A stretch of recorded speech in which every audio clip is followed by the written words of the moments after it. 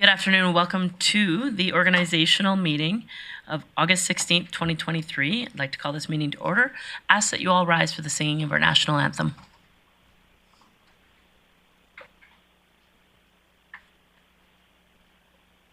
Oh, Canada, our home and native land, true patriot love in all of us command.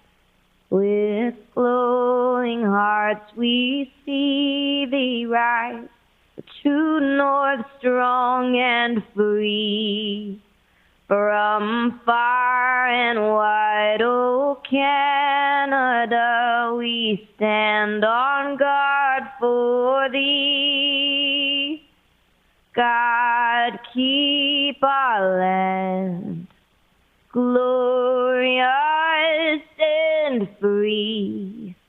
Oh Canada, we stand on guard for thee. Oh Canada, we stand on guard for thee.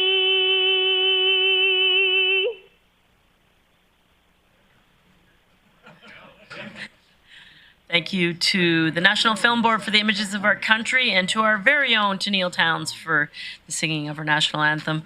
You may hear some different voice compilations as we changed seats this time, as we do annually. But before we get into that business, I'm going to start with the land acknowledgement. The city respectfully acknowledges the Beaver Cree, Dene, and Métis peoples as the original caretakers of these lands and surrounding areas. We are grateful to live, learn, work, and play on Treaty 8 territory within Turtle Island and acknowledge these lands have been home to diverse and sovereign First Nations and Inuit nations since time immemorial. Thank you for that opportunity. Moving on to reports, there's only one item in this agenda before we start our regular scheduled city council meeting, and it is a staff report that I will turn over once she's ready. I'll look to Chief McEachran for introduction, but is our council meeting calendar and member appointments for 2023 and 2024 is where we'll start. I'll look to Chief McEachran for introduction. Thank you, Mayor. So today I'm introducing to you our City Clerk and Director of Legislative Services, Ms. Leona Hansen, who will provide recommendations to Council in regards to Council calendar and member appointments for 2023-2024. Perfect. Thanks for that. Ms. Hansen. Thank you, Mayor Clayton. On an annual basis, the municipality is required to have their organizational meeting, which is today. And with that, we will be asking City Council to approve the City of Grande Prairie's meeting calendar for 2023, the remainder of the year, and 2024. Also to approve the appointments of council members to the standing committees, council committees and council representatives as presented, and to approve the deputy mayor schedule from October the 16th, 2023 to October the 21st of 2024. Of specific note, there are a few exceptions to this schedule due to statutory holidays and council holiday breaks. And so those are Remembrance Day for November 14th, 2023, which will be on a Tuesday for Council that week. Council Christmas break being December 21st to January 5th. Victoria Day holiday in 2024, landing Council on a Tuesday again on May 21st. Canada Day on Tuesday, July 2nd, and then Council summer break being August 6th to August 16th. And happy to answer any questions you may have. Perfect. So thank you for the introduction and the report. I'll open it up to council for questions. I do have one question, but I'll wait and see if any of my colleagues have any questions on any of the attachments or information. I'm seeing none, so I just had one question. Partially actually for Councillor Bressy, he may know first. I just recognized that the Alberta Municipalities Conference in September this year is only indicated to be 3 days, Traditionally, council has had some professional development, etc. Has AB Muni shortened the event for 2024? No, Mayor Clayton, the conference is always 3 days, but there's elected officials education program the day before, which will happen on the 24th. So there is still that educational day on the 24th if councillors choose to attend it. And so the reason I bring that up with the education starts at 8:30 in the morning. It's not realistic that council could travel prior to 8:30 on the Tuesday, so that September 23rd meeting may be something that we'll need to revisit. Councillor Bressy? Yeah, thank you, Mayor Clayton. I actually was going to highlight the same thing, and I think especially if a meeting has to be held that day, no evening session especially would be incumbent on us. Yep. All right. So I think we'll leave it as is for now, but it's something that may change in about a year from now, 10 months from now. All right, so I'll look to for any business that may be rising. Councillor Bressy. Thank you, Mayor Clayton. I'm happy to move that council, happy to have this wordsmith, but move that council adopt the calendar and committee appointments as recommended. Sure. So just as in the package, approve the meeting calendar for council and standing committees for the period of October 16th, 2023 to October 21st. Sorry, motions weren't in there a couple seconds ago. At least I didn't see them. But yeah, happy to make that first motion, which is the mayor just read. Perfect. Thanks so much. All right. Comments or questions on that motion? Seeing none, I'll call the question. Councillor Blackmore in favor. Councillor Blackmore is in favor. And that carries unanimously. Councillor Bressy, did you want to continue? Sure. I'd move the council approve the appointments of council members to the standing committees, and council representatives as presented. All right. So comments or questions on any, this is the time, council, if you want to identify any concerns with committees, happy to deal with this appropriately now. Councillor Thiessen. Yeah, no concerns, my beloved mayor. I just wanted to thank you and administration. I know it's never hard to herd us cats all together and to find something that we're all agreeing upon. So I just wanted to thank you for your mindfulness and for putting us in the places that hopefully City Council will be able to thrive in. So thank you. All right. Seeing no further comments or questions, I'll call a question. Councillor Blackmore in favor. All right. And that carries unanimously. Councillor Bressy. Thank you. I'd move the council approve the deputy mayor schedule from October 16th, 2023 to October 21st, 2024 as presented. All right. That motion is in order. Seeing nobody in the queue with comments or questions, I'll call the question. Please vote. Councillor Blackmore in favor. And that carries unanimously. Thank you for that report, and I will call this meeting adjourned. We'll take about 30 seconds to get, or as long as required for the online opportunity for council to be up and running, but we'll be back with you shortly. We'll just switch to our next meeting.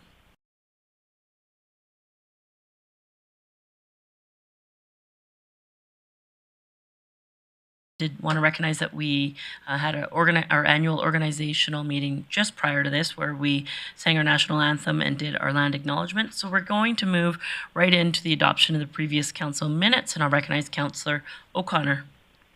Thank you, Mayor Clayton. I'd like council to adopt the minutes of the City Council meeting held October 3rd, 2023 as presented. All right, that motion is in order. I see Councillor Thiessen for the next item. All right, so seeing no one in the queue with comments or questions, concerns with the previous minute, so I will call the question. Councillor Blackmore in favor. Thank you for that. Councillor Blackmore in favor, and that carries unanimously. Moving on to the adoption of today's agenda, Councillor Thiessen. Thank you, Mayor Clayton. I guess I was a little slower than Councillor O'Connor on that first one, but I would like to move that council adopt the agenda as presented. That motion is in order. I'm not aware of any errors, omissions, additions, so I will call the question on the adoption of today's agenda. As presented, please vote. Councillor Blackmore in favor. Thank you for that. And that carries unanimously. Moving on to the delegation portion of our meeting, we have two groups that let us know ahead of time for delegations today. Just for those who may be watching online, delegations are more than welcome at any city council meeting. They can be at 3 p.m. or at 6 p.m., assuming we're having an evening session. There's a really simple piece of paperwork that you go online and fill out. Let us know ahead of time what you're coming about, and then we add you to the agenda. Today, I'm going to first introduce our first delegation, item 4.1, Rising Above. So I'll give you a couple minutes to come up to the table, get set up. And then just for those who are watching at home or for the other delegation, 5 minutes to introduce what you'd like to speak to council about today. Then council, I'll open it up to you for questions for the delegation. Delegations, the business happening from that happens at the end of our meeting. So you're more than welcome to stick around and watch that, or we can follow up with you following this meeting. But I'll turn it over to you. If you want to introduce yourselves, welcome, and we'll get started. To be here again. I'd like to introduce Julie Pravitz. She is a board member with Rising Above, and I am Mel Sigolko. I am the executive director at Rising Above, and I think already distributed are a couple of letters from our local MLAs, Nolan Dick and Ron Weeb, endorsing the project we're going to talk about. And we actually were here on June 26th to kind of get this project going with an extension of our current lease in what is formerly known as a Young Offender Center. And so part of that agreement with the current lease was the opportunity to build a new building on that property. So basically, just before I get into that, just in case, let me just give a real quick recap on who Rising Above is. I think most of you know, but we are an faith-based addiction treatment facility here in Grande Prairie, starting in 2007. We actually started with a partnership with the city of Grande Prairie, and that ran until 2012, in which we became primarily community supported. And then in about 2016, it wasn't 2016 that we re-engaged in a pretty unique partnership with the city for the property that we are now occupying, the old Young Offender Center, what we call Park Campus for Rising Above, beautiful facility that has 19 beds for men. And then in the community, we have another 17 beds for women, plus the second stage housing for 15 more beds. And our desire is, with this new building on the property, would be to bring our women on site and then to add in another additional 9 beds to increase our capacity on that. And so it's a $5 million project, 3,200 square feet on 4 levels. The top 2 levels will be the 28 beds, and the new facility will continue to operate the 19 beds in our current facility. And the main level will have a larger classroom, more office space that we're going to need in meeting rooms. The lower level will have the kitchen and dining area, plus expansion into, if we needed to sometime down the road, to do a full service meal, commercial kitchen meal providing stuff. But our ask is, why we're here today, is we are asking for combined from the 3 municipalities, the city and the MD and the county, of $1 million combined. So basically what we're asking from each is $333,333. And if you want to go the extreme, 33 cents, we'll take that too. So we're going to be asking that from each, the city of Grande Prairie, the MD of Greenview, and the County of Grande Prairie. Tomorrow we're presenting a similar presentation at the MD of Greenview, and we've already submitted our application to the County of GP. So we're looking for, a $5 million project. We are ready because of the generous support of our community, and with the sale of some of our women's residences, we'll have $1 million on hand to start this campaign with. We're approaching the provincial government as well. Plus, we've already had community partners that say they want to come on board with us, and a significant step there. This weekend, we're kicking off our official fundraising campaign. You'll see it down at the Staples parking lot. One of our other board members, Dan Rigler, is going to be suspended on a crane, just as another kind of attention thing. But that's our capital campaign kickoff. You'll be hearing about it on the radio stations and seeing it as you drive by. And Dan's done this before. It's a little bit unique that way.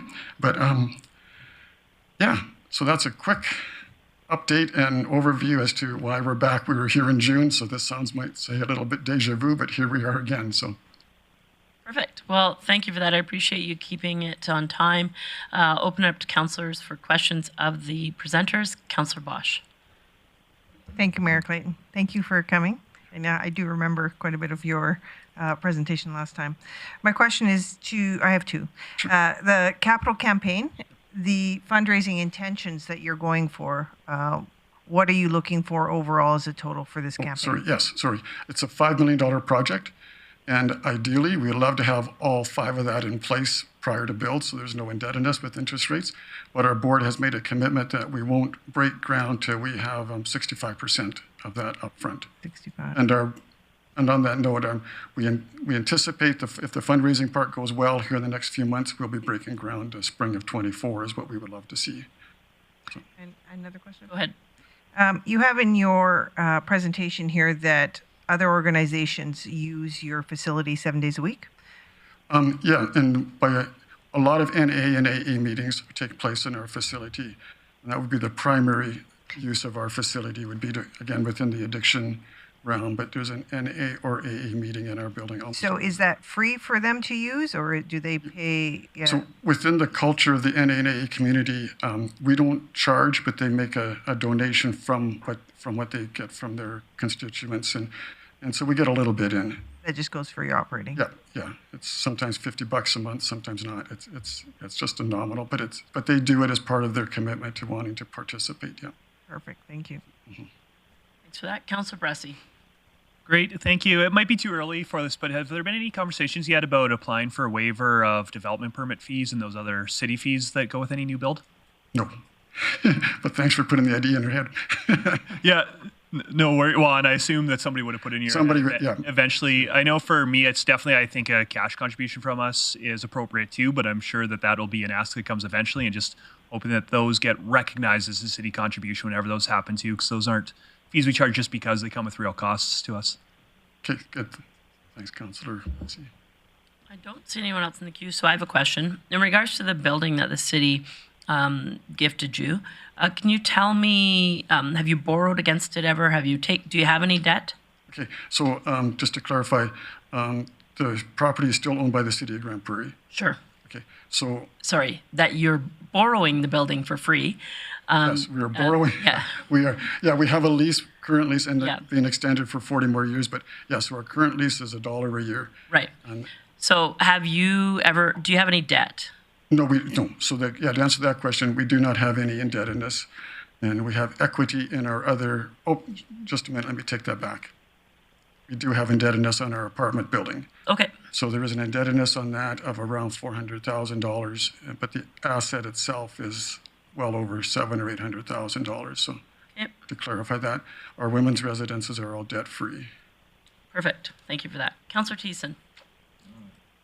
Thanks again for coming in here, guys, and for this great presentation.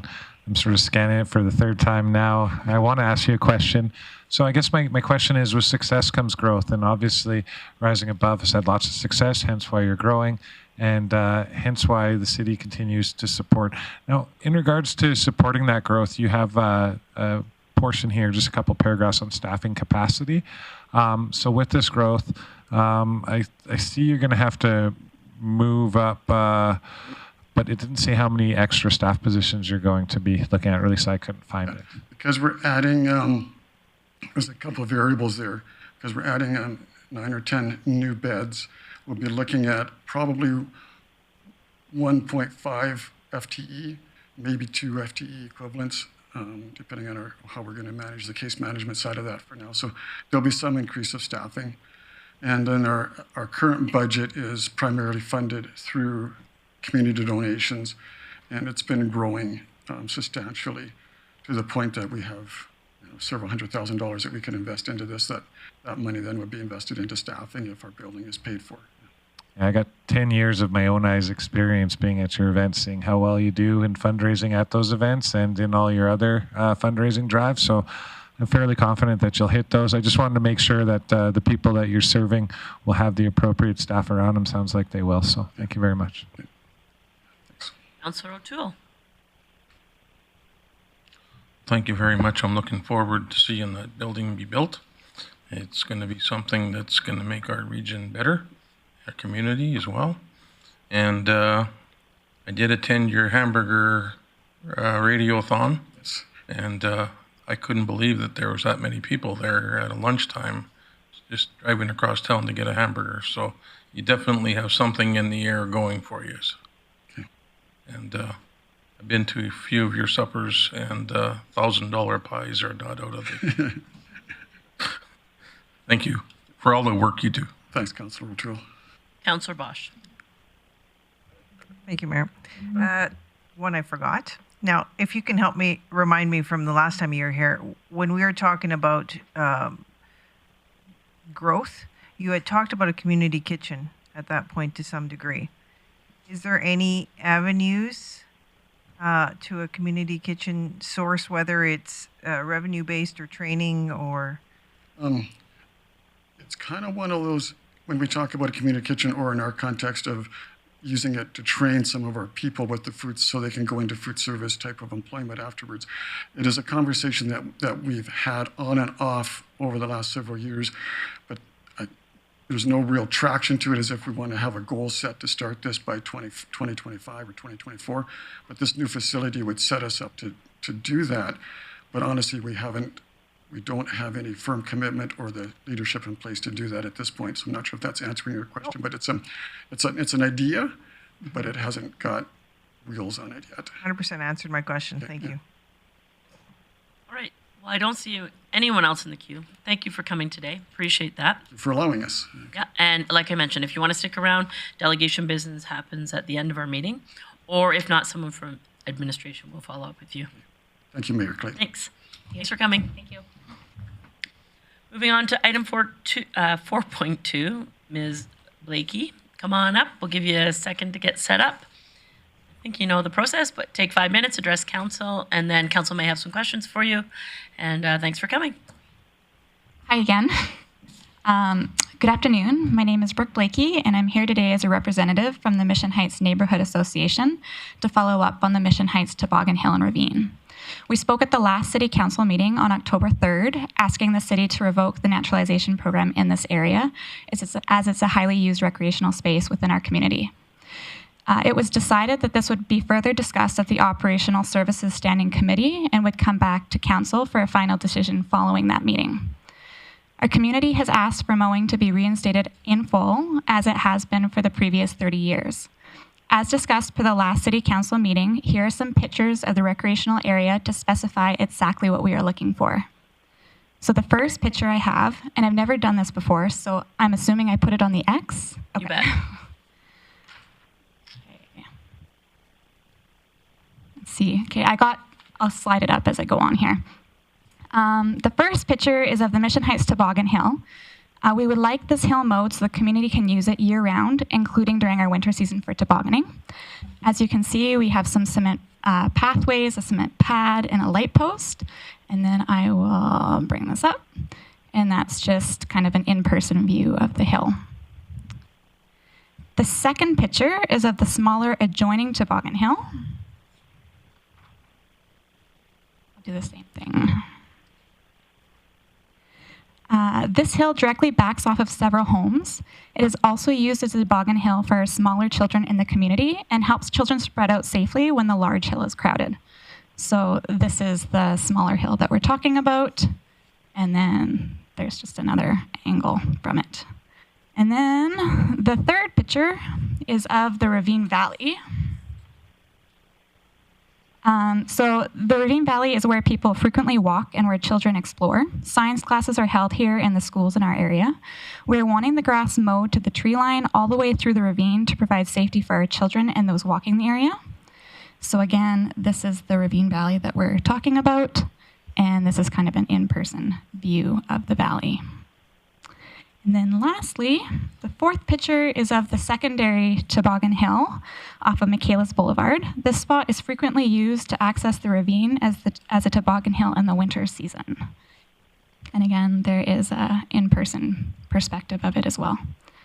So our community is really hopeful to hear an answer today after many years of advocating for this beautiful recreational area.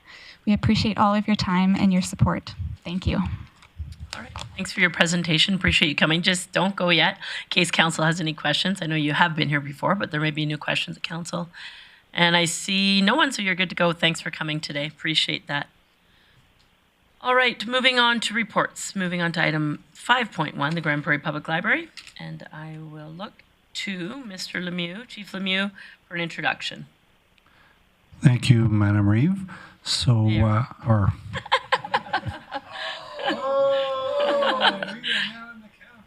just gone back a year here, so I apologize.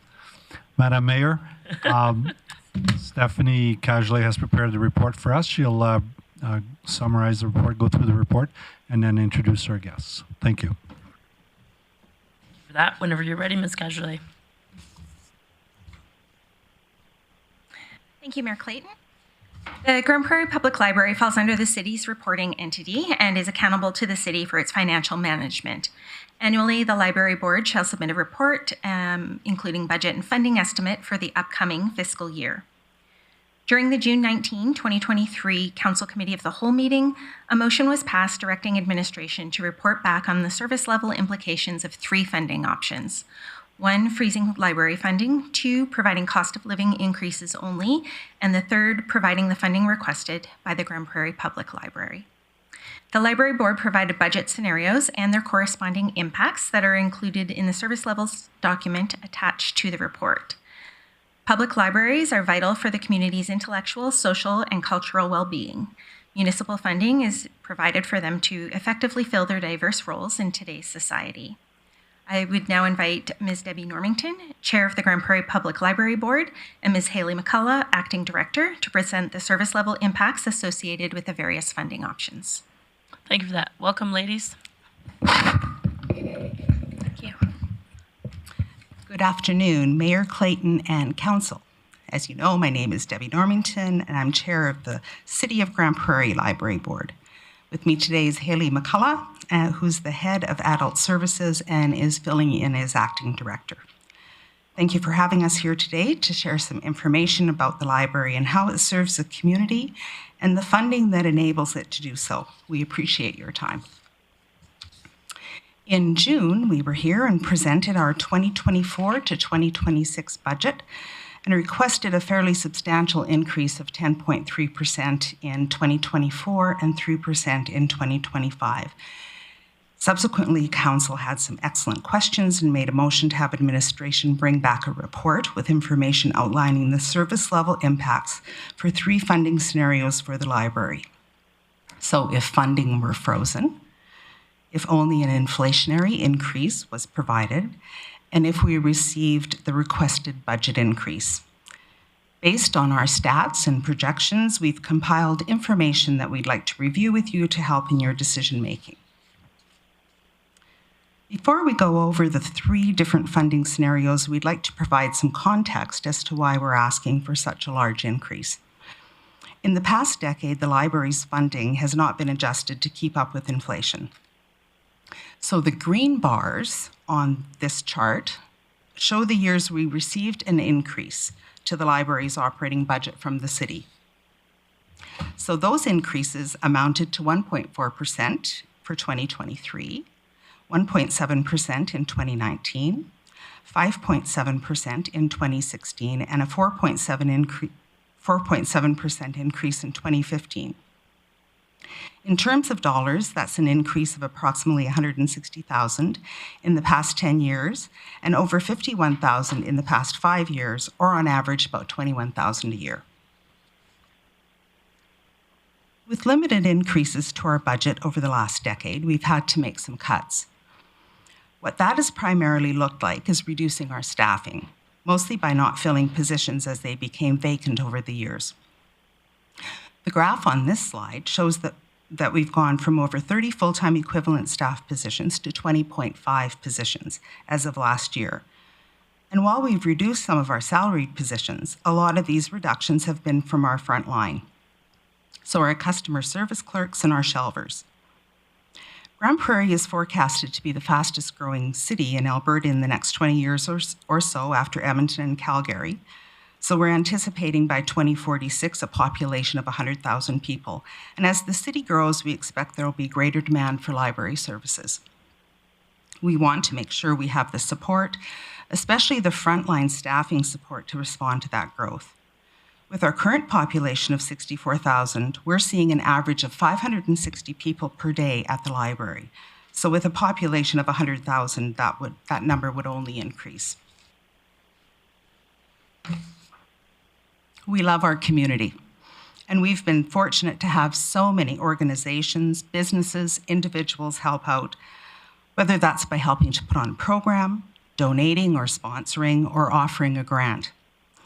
These are all the different organizations we've partnered with in the community in some capacity over recent years. And it's been so valuable for the library. But it's getting more difficult to do as we reduce staff because facilitating these partnerships and applying on sponsorships and grants do require staff time. That's something we're really struggling with because so much of our time and effort needs to be concentrated on basic operations. With that context, we can look at the 3 funding scenarios requested by Council. So scenario 1 is frozen funding. So with no increase to the library's budget, we're essentially in triage mode. What requires the most attention is our basic operations, tasks like shelving, checking materials in and out, and creating memberships. Our board would have to consider making some adjustments, like shifting the duties of our full-time professional staff to perform those basic operations, which would result in a loss of hours for our part-time staff. This would mean our professional staff wouldn't be available to program outside of the library or offer more in-depth assistance with things like job searching, helping newcomers with immigration, and referring patrons to other community agencies. The outreach programming budget would need to be cut, along with our summer student positions, and this would result in the library not being able to have a presence at important community events like InvestGP, the Heritage Festival, National Indigenous Peoples Day, and the Pride Carnival. We would struggle to provide sufficient cybersecurity measures, which will increase the library's vulnerability to hackers and ransomware attacks and put patron privacy at risk. We won't be able to replace our public computers as they age and break down, which will create wait times for those who need them to access employment and government resources, schooling, online training. As the prices of licenses and subscriptions continue to increase, we will not be able to continue providing access to our databases, which will result in decreased learning opportunities for those who wish to learn a language, take free courses, read ebooks, or take practice citizenship or GED exams. Under normal circumstances, we would consider reducing our materials budget, but we're not able to do that due to a long-standing agreement between the city and the Peace Library System. According to this agreement, the library is required to maintain a minimum material purchasing amount based on population, so it will only increase as Grande Prairie's population grows. Currently, we're only fulfilling the minimum amount required by that agreement, which is $2.75 per capita, or $186,000. With frozen funding, the worst-case scenario is that we'd have to consider reducing the library's hours of operation, which will negatively affect the whole community. Access would be severely diminished for families, students, newcomers, the unhoused, and local businesses and organizations who rely on the library as a meeting space. So scenario 2, we were asked to address was an inflationary increase. And we used 3% because until recently, that was kind of the standard rate of inflation. With a 3% increase, the library board would need to consider implementing some of the following. We'd have to look at minimal closures during specific time frames, so maybe closing for 2 weeks during the holidays in December. The outreach programming budget would still be cut, along with the summer student positions, which would mean we still won't have a presence at those important community events. We'd continue to implement a hiring freeze for full-time positions. We haven't added any new full-time positions since 2020, and in the past 5 years, we've actually eliminated 3 full-time positions. We would continue to only allocate the minimum requirements of material spending as outlined in the agreement between the city and the Peace Library System. With an inflationary funding scenario, we'd be putting a Band-Aid on something that requires stitching. And so 3% doesn't adequately align with the library's operations and where we need to be after this trend of not enough funding. So the last funding scenario we were asked to address was the funding we're currently requesting, which is a 10.3% increase to our operating budget in 2024, followed by a 3% increase in 2025. With this increase, we'll be able to fully meet the needs of the community by ensuring there are enough frontline staff members to carry out basic operations, allowing our other staff members to focus on building important community relationships and growing the Grande Prairie economy. Outcomes of the requested funding request include: we're able to fully develop and maintain our collections beyond the minimum required amount we currently spend. This will allow us to meet the needs of the community and provide patrons with access to new and popular materials in a timely fashion. We have enough staff to offer programs outside of the library, and we have the ability to further diversify programs at the library. We would look to recruit a full-time programmer to offer French programs, and this will result in programming staff being able to build positive community relationships and focus on program planning and facilitation rather than basic operations. Our current staffing will not be reduced, and we'll be able to increase staffing hours for customer service clerks, shelvers, processing, and programming staff for a total of 3 additional full-time positions. This will result in less lineups and patron frustration, more help with research and education, reshelving materials, checking items out, and creating memberships. Full-time staff would be able to focus their attention on developing and nurturing partnerships, looking for sponsorships, and applying on grant applications. The necessary cybersecurity measures will be in place, ensuring patrons and staff are protected against ransomware attacks and private information is protected. There will be an adequate number of public computers to meet community need, along with consistent Wi-Fi access that patrons can utilize in any area of the library. This will allow patrons to access important employment and government resources, schooling, online training, without having to wait or worry about inconsistent access. Licenses and subscriptions to library databases will be able to keep up with inflation, allowing us to keep up with the growing demand for ebooks and audiobooks. We will also be able to continue offering services to new Canadians, including language services, citizenship, GED exam preparation, and demand for ebooks and audiobooks. The library would look to increase hours of operation, which has been a concern voiced by patrons over the years. This would also allow us to increase our room rental availability, allowing for increased revenue to the library and providing an affordable space for nonprofits and local businesses to meet. So in closing, we appreciate the ongoing support from the city as well as from Mayor Clayton and the whole council. We were asked to provide information on these 3 options, but it's important to note that our board and our staff would do the best we could do to maximize any increase that we were awarded. Grande Prairie is a strong and vibrant community that we all love, and we want to see flourish, and the library will continue to play a vital role in making that happen. So thank you for your time. Thanks so much for your presentation. I'll open up to council for questions. Councillor Berg. Thank you, Mayor Clayton. And thank you, ladies, for the presentation. I love going into the library. It's one of my favorite spaces in the city. And so I'm going to compliment you guys. Every time I do go in, it's always friendly and I'm treated very, very well.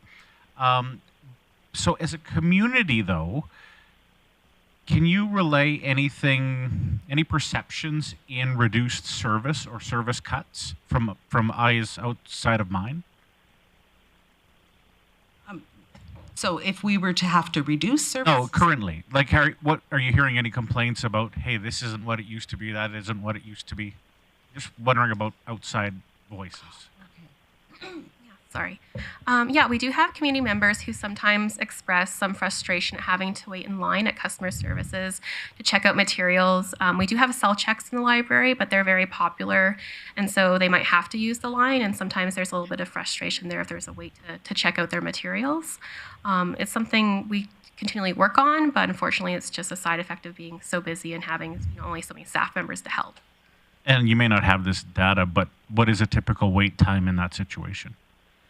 Just judging from what I've seen personally, I would say anywhere between 3 to 5 minutes. Okay. And if I may, one more question? Sure. And just before you do, though, I'm just going to mention to my colleagues, if there are questions that you would like to ask that are of an in-camera nature, I suggest you hold them. We'll ask the delegation our questions now. Then if there are other answers that you may want from administration, we will make a motion to go in camera and have that discussion. All right, Councillor Berg. Yeah, thank you. Around fundraising, shortly after the election, and there was a group that was going to work on your behalf to do some fundraising. How are they doing? How are they making out? They're doing really well. They just got charitable status, so they're able to do raffles and things now. They do a great job fundraising for us. They put on a murder mystery event actually in August this year that was very successful. It sold out.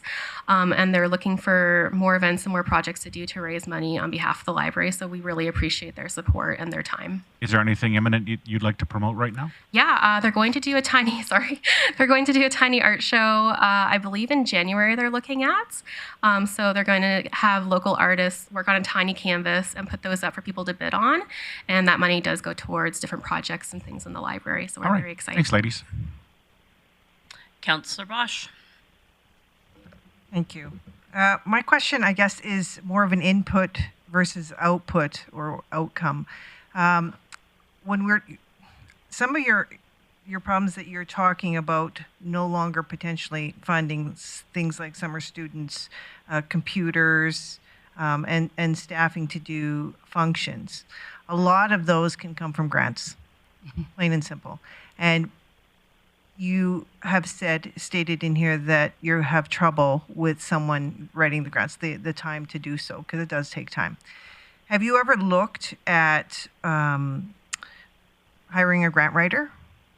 Like they're like a couple $1,000s, and then what my experience has taught me is once a grant is written, often a lot of that information is regurgitated from next year to next year, and you touch it up. Would something of that value, the input of whether it's an organization helping you or a one-time fund going into a grant writer, or just a different option to help you in that front end, so that, because I want you to get a lot of money. And in that back end, maybe you can get all those grants that are available. I think there's definitely potential there to work with someone in that capacity for things of like a project nature. The basic operation stuff, it's a little difficult to budget if you don't know if you're getting the funds from a grant. So that's where I see maybe there's some working considerations to be taken when you look at that, but it's definitely a possibility for sure. Mm-hmm. Lots of not-for-profits, that's their life, right? Mm-hmm. Do you have one more? Sure. And my other question is a self-checkout machine or that equipment. What is the cost of that? And is any of your people who are helping you fundraise looking at, bringing more of those into your library? So I don't believe it's a current, it's on the radar of our fundraising objectives currently. We purchased our current self-checks back in 2018, and I believe for 4 of them, I want to say it was around $50,000, and they do require, I think, a few $1,000s each year in support and maintenance. So if anything breaks on them, we do have the vendor come in and fix the problem. It's something we could definitely look at having our fundraising group fundraise for. I think that's a good consideration. So 4 of them for $50,000? Yes. Oh, yes, that's really good. Because to me, your comments about your frontline staff is where your struggles are. Okay, thank you. Councillor Thiessen. Thank you very much, Mayor Clayton. Thanks for coming in, ladies. Just a question in regards to staffing. Has the library ever employed or gone after any of the intern programs to help train up new librarians and professionals inside the library at a reduced rate? Yes, we do often work with a lot of the colleges in Canada that have library technician programs like SAIT. They have practicum students, and they often contact us. We get a couple a year, usually 1 or 2, and they come and do a lot of really great work for us. We've had some come and do collection analysis. We had someone do, I think, a DEI analysis last year. Different things like that. So we do see a lot of value in those positions, and we always like to see students apply and come to us for a practicum for that. Awesome, thank you. Councillor O'Toole.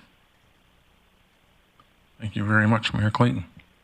A number of years ago, the fees for belonging to the library were dropped, and I was just wondering what kind of effect did that have?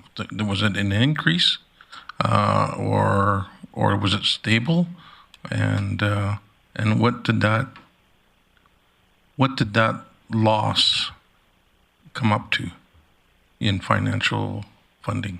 I think the loss itself was about $60,000 in card fees and in fines and that kind of thing. It was the fines that was $60,000. But the other part of that, like it was almost a wash, because there was staff time involved in going after those fines, and so we still have. If people don't return a book, they are still expected to pay for that. So just the fines themselves. So it doesn't. On our budget, it looked like $60,000, but the offset of that, because of not having staff time spent looking for those fines, it's much, much less than that. So it's almost a wash. Okay. Was there any talk about putting the fine, a fee to belong to the library back in place? No, if anything, across the country, more and more libraries are eliminating fees, and that just it makes it equitable access for people who can't afford it. So that's been a really important thing in the way that most libraries have gone. So I can ask one more? Sure. Is there any opportunity for somebody that maybe is a little bit more financially able to make silent donations and pay for their memberships? Well, we're always open for donations, and we write charitable receipts. So of course we're always and we have seen a real uptick in donations in the last couple of years, and often people giving donations for specific things. We had donations last year from a grandparent who wanted more dinosaur books. Those kinds of things are great. You know, people are giving money to the library, and then they make it specific, and so we're always happy to accept those. Well, I wasn't trying to be the Grinch at this time of the year. I just wanted to know some information, that's all. Perfect. Thank you. Councilor Bressie. Great. Thank you, Mayor Clayton. And thanks for the support. It really is helpful to me as we're going into budget deliberations. I know the library's for all ages, but I'm particularly excited about the work that happens with kids and particularly passionate about the early literacy activities. I'm curious, as you faced budget pressures over the last few years, has that had any impact on kids programming? And will kids programming be impacted one way or another depending on what decision council makes about funding? We always do our best to work with what we have, and what we're looking at right now is we have a really busy children's area. I don't know if you've been there lately, but that place is hopping all the time. And our head of Children and Teen Services has done a great job redesigning our programs, and they're more popular than ever. So I think now we're starting to see them become busy to the point and full to the point where we're having to think about some of those strategies where we can, you know, maybe look at adding another position to do more programming and getting out into the community and doing more children's programming like that. It's coming to that point right now, I think. So it's something we're looking at going forward. Yeah, it used to be a good, quiet place to go read with your kids. It's certainly not anymore, and I actually really love that. Thank you. Councillor Bosch, and then I'm going to jump in the queue before I go to the next round from council. Thank you. My question is about the population numbers that you're serving. So 560 a day, you know, I don't know too many small businesses in this city who wouldn't love that amount of people coming through their doors in a day. That would be wonderful. But my question is, and did you have something in here, and I just can't see it, where you saw from where we were pre-pandemic to now as far as population base coming to the library? I know we talked about it at some point, and I'm just going to add to that so then you can answer fully. The evacuees that came this summer, are you including your numbers in that? Because I do think that's an anomaly, hopefully an anomaly.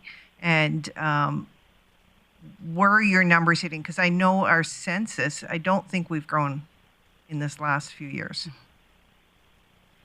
Yeah, so pre-pandemic, our numbers were at about 235,000 annually. I know that because I'm the one who does the annual reports at the library, so I can just kind of pull that number out of my head. Right now, we're on track to hit about 200,000 this year. We had 98,000 in the first 6 months of 2023, so we're starting to see that trend come back to normal. I haven't pulled the numbers for when the evacuees were here, but I would think that we did see quite an increase. I know staff remarked on how many more people they were seeing come through the doors, and I'm certain that would reflect in our numbers as well. I imagine, and that's part of that 200,000 that you're counting. Yes. Thank you. Thanks, Councillor Bosch. I had a question in regards to your numbers of people through the door. Can you tell me a breakdown of the numbers of people through the door that are there for programming needs compared to those who are there to sign out books? And also the statistic, if you could tell me, if you have it at your fingertips, the percentage of online people compared to the percentage of people signing out books. I printed those off and I brought them. I just have to find them.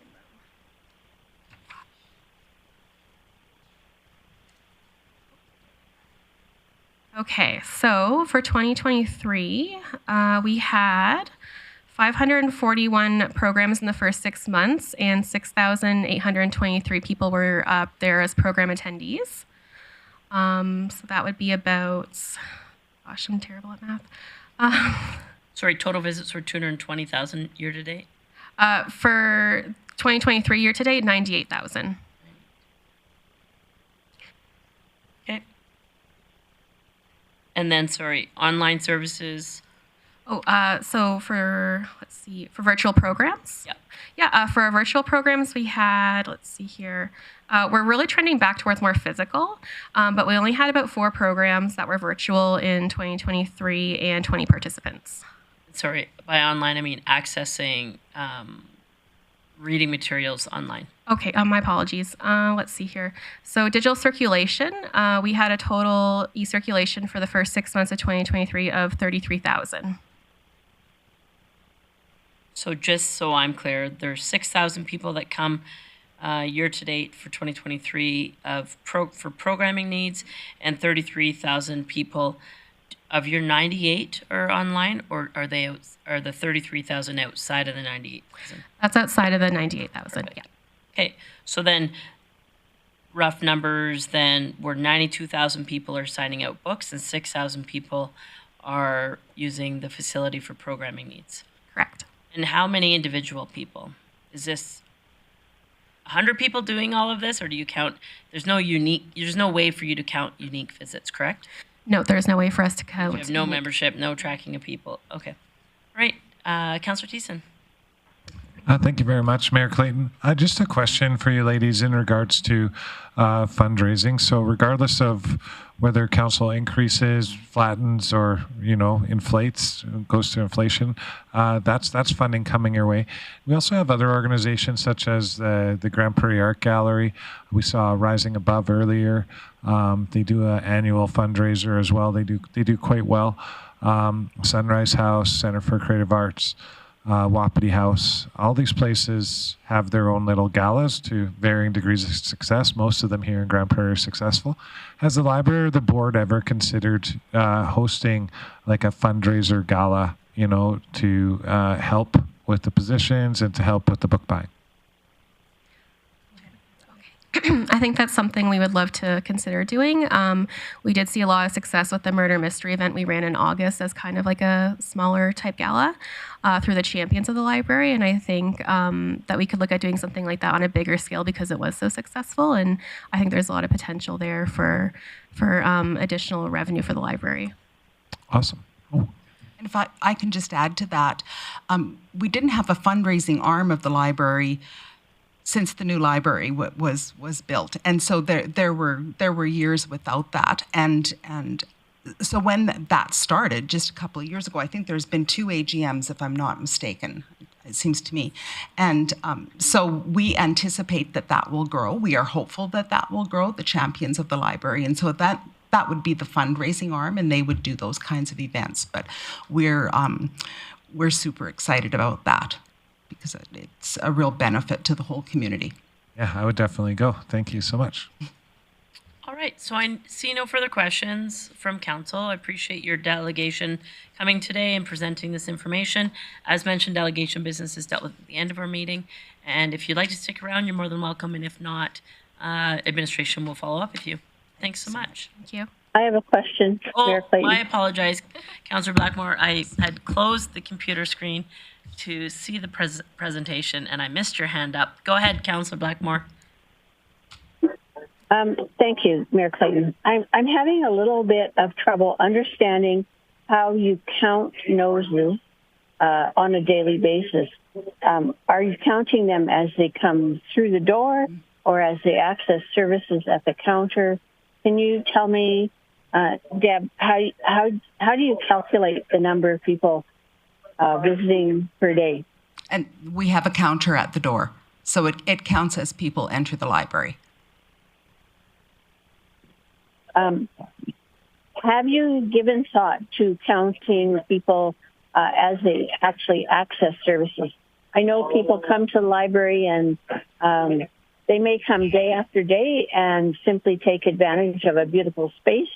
And I'm not sure that that is something that would change a funding formula. So I'm wondering if there is a way that you can count people that is more effective. If you don't have to answer that unless you have an idea right now, but it's a thought for the future. I can add to that a little bit. So we do track the number of interactions we have at both the adult information desk and the children's information desk. So the first 6 months of 2023, we had just over 12,000 interactions at both desks. So if that helps kind of build a picture a little bit, it's something we'd love to do at our customer services desk as well. It's just so busy, it's hard for them to keep track of numbers and things like that. Okay, good, Councillor Blackmore. Yeah, yes, that's all I have. Thanks. All right. So thank you so much for coming. Appreciate your time today. And that is it for that report. Moving on to committee business. Sorry, I will look to council before Councillor Bressy. Great. Thank you, Mayor Clayton. I'm happy to make the motion and suggest in our packet, which is council refer the Grande Prairie Public Library funding request for 2024-2025 to budget deliberations. Just speak to that. That was very useful information that I feel the best equipped I've ever felt on council to be having this debate about funding when it comes to budget deliberations. So I hope council will support this motion. All right. So discussion or debate. This motion is just to send it to budget deliberations. Seeing no one in the queue, I'll call the question. Councillor Blackmore in favour. Thank you for that.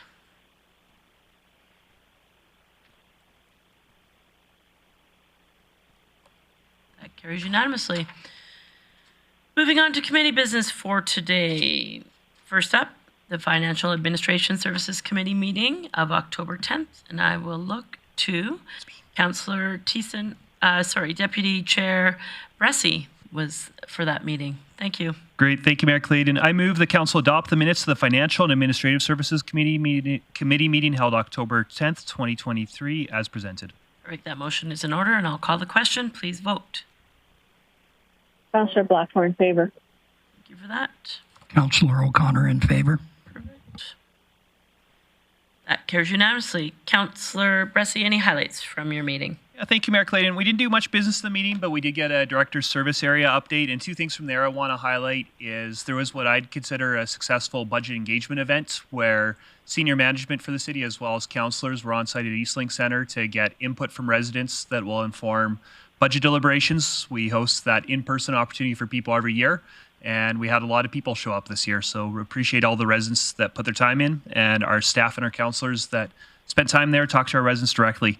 The other thing I'll highlight from the Director Service Area update is we now have ability on our website to sign up for text message updates on a variety of city services. You can pick what services you're interested in hearing about. You can pick which neighborhoods you're interested in hearing about. And you'll get a text message to your phone when there's relevant information that you should know. So big thank you to our staff that have been working on that over the last few months. And I think that that will be a big step forward for our residents who want to be in the loop, but whose way of consuming information has changed over the last few years. Thanks for stealing that from the Strategy and Communications Committee meeting. I'm just, that's okay. Oh, my apologies. That's all right. Just no, that's GIS and ITS. It is in the minutes. But it actually. And it's also in mine. An engagement. That's okay.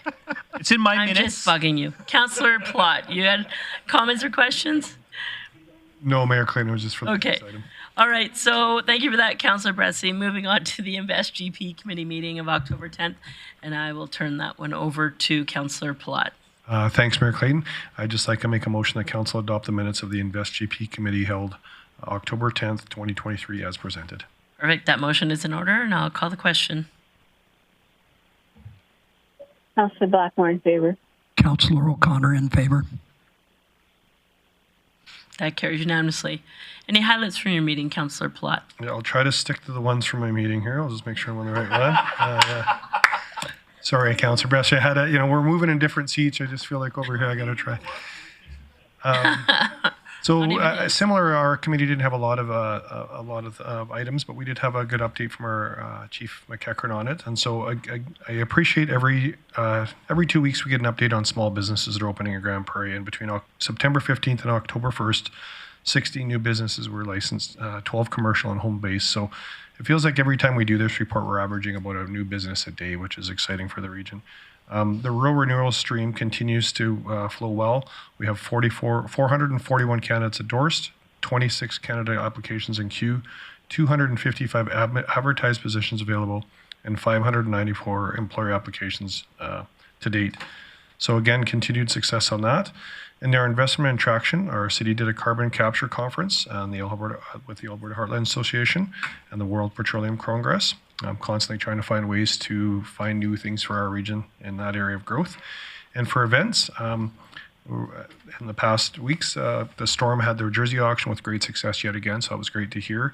And some upcoming events include our Vampire Circus and Stars on Ice. And that's my report. Thanks for that, Councillor Plott. Moving on to the Public and Protective Services Committee meeting held October 10th, and I will look to... Sorry, Mayor Clayton, 6.3? The one that Dylan did half of? Well, I thought Dylan already did the business, so I just... anyways, my apologies. Moving on to item 6.3, the Strategy and Communication Services Committee meeting held on October 10th. Councillor Berg. Yeah, thanks, Mayor Clayton. I'd like to move Council adopt the minutes of the Strategy and Communication Services Committee meeting held October 10th, 2023 as presented. That motion is in order, so I'll call the question. Councillor Blackmore in favor. Thanks for that, Councillor Blackmore. Councillor O'Connor in favor.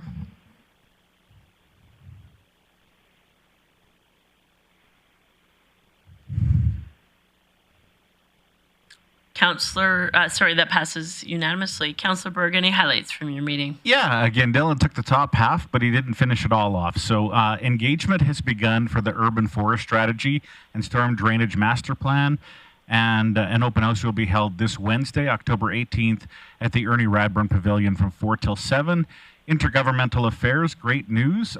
We attended the Alberta Munis Conference, where the city's medical first response resolution passed with 96% support. I think that was one of the top resolutions of the 15 or 20 that were out there that had the highest percentage. So we have a lot of support across the province.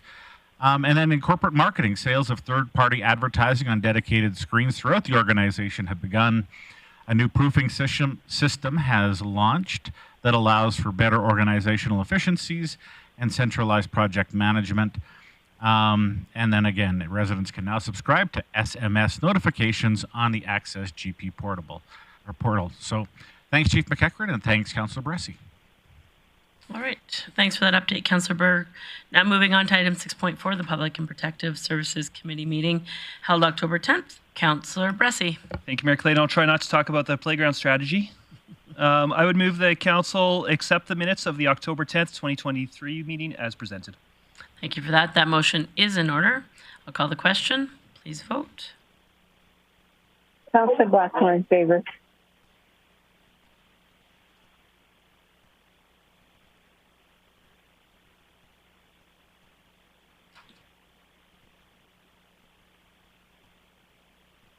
You're waiting for Councillor O'Connor. He has left the chambers.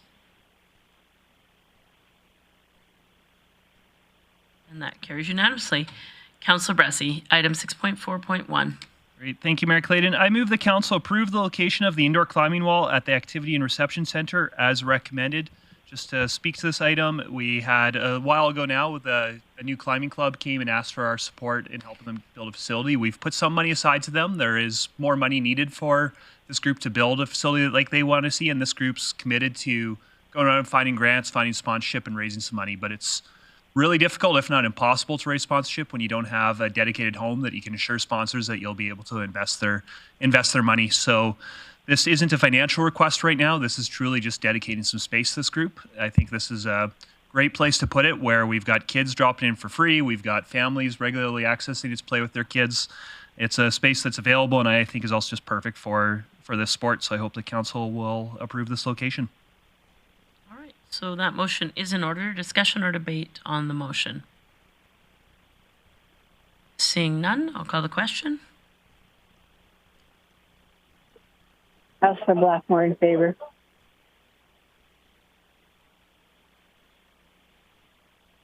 Councillor O'Connor in favor. That carries unanimously. Councillor Bressy, your next item of business. Yeah, thank you, Mayor Clayton. Just looking for a little bit of guidance from the chair. I'm sure that councillors will have some questions they want to ask before we vote on this. Would you like me to get the motion on the table now or wait for questions to happen? Put the motion on the table or on the floor first, please. I would move the council select preferred site layouts from options 3, 4, and 5 for the proposed recreation facility to guide the public engagement process. Just to speak this, I've got my opinions on sites. I'll save those for later in debate, but just want to reassure the public right now, this isn't council picking a site this meeting of where it's going to go. It's us saying what site should be on the table for when we go talk to the public. If there's sites that are off the table for council, we're not interested in at all, then we don't want to spend time engaging the public on things we won't consider at a later date. Same time, if there's sites that council's really leaning towards, I think people have a right to know that we're leaning towards that before they come and engage with us so that they can know what they want to share with us and what they don't want to share with us. So I look forward to the questions and debate I'm sure we'll be having about this in the next few minutes. Councillor Plott.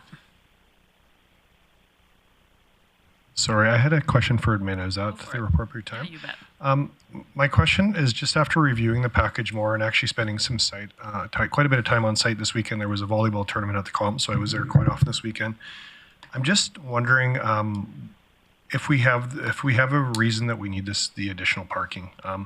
My question for that is when I look at the site parking there, it looks to me about 250 to 300 stalls. It was adequate to run a hockey rink and where there was concerts going on, a swimming pool being active, and everything else going on with two facilities at one point. The reason I'm asking that is I think it has a big impact on how this looks moving forward and what we do with that land. And I've been really concerned about stagnating land. So I guess long question short, are we sure we need that extra parking? And why do we feel that we deem that extra parking when it's sitting there mostly empty on most weekends now? Ms. Cashley. Thank you. Thank you through the chair. The additional parking is just based on the size of the facility. It is up to the development authority to make any modifications or anything to the parking lot. One thing to note is that this is just a conceptual drawing, so it's not to say that the parking lot has to be that large. On the west side of the road, there's approximately just over 250 stalls, so that certainly would be factored into the required parking for the facility.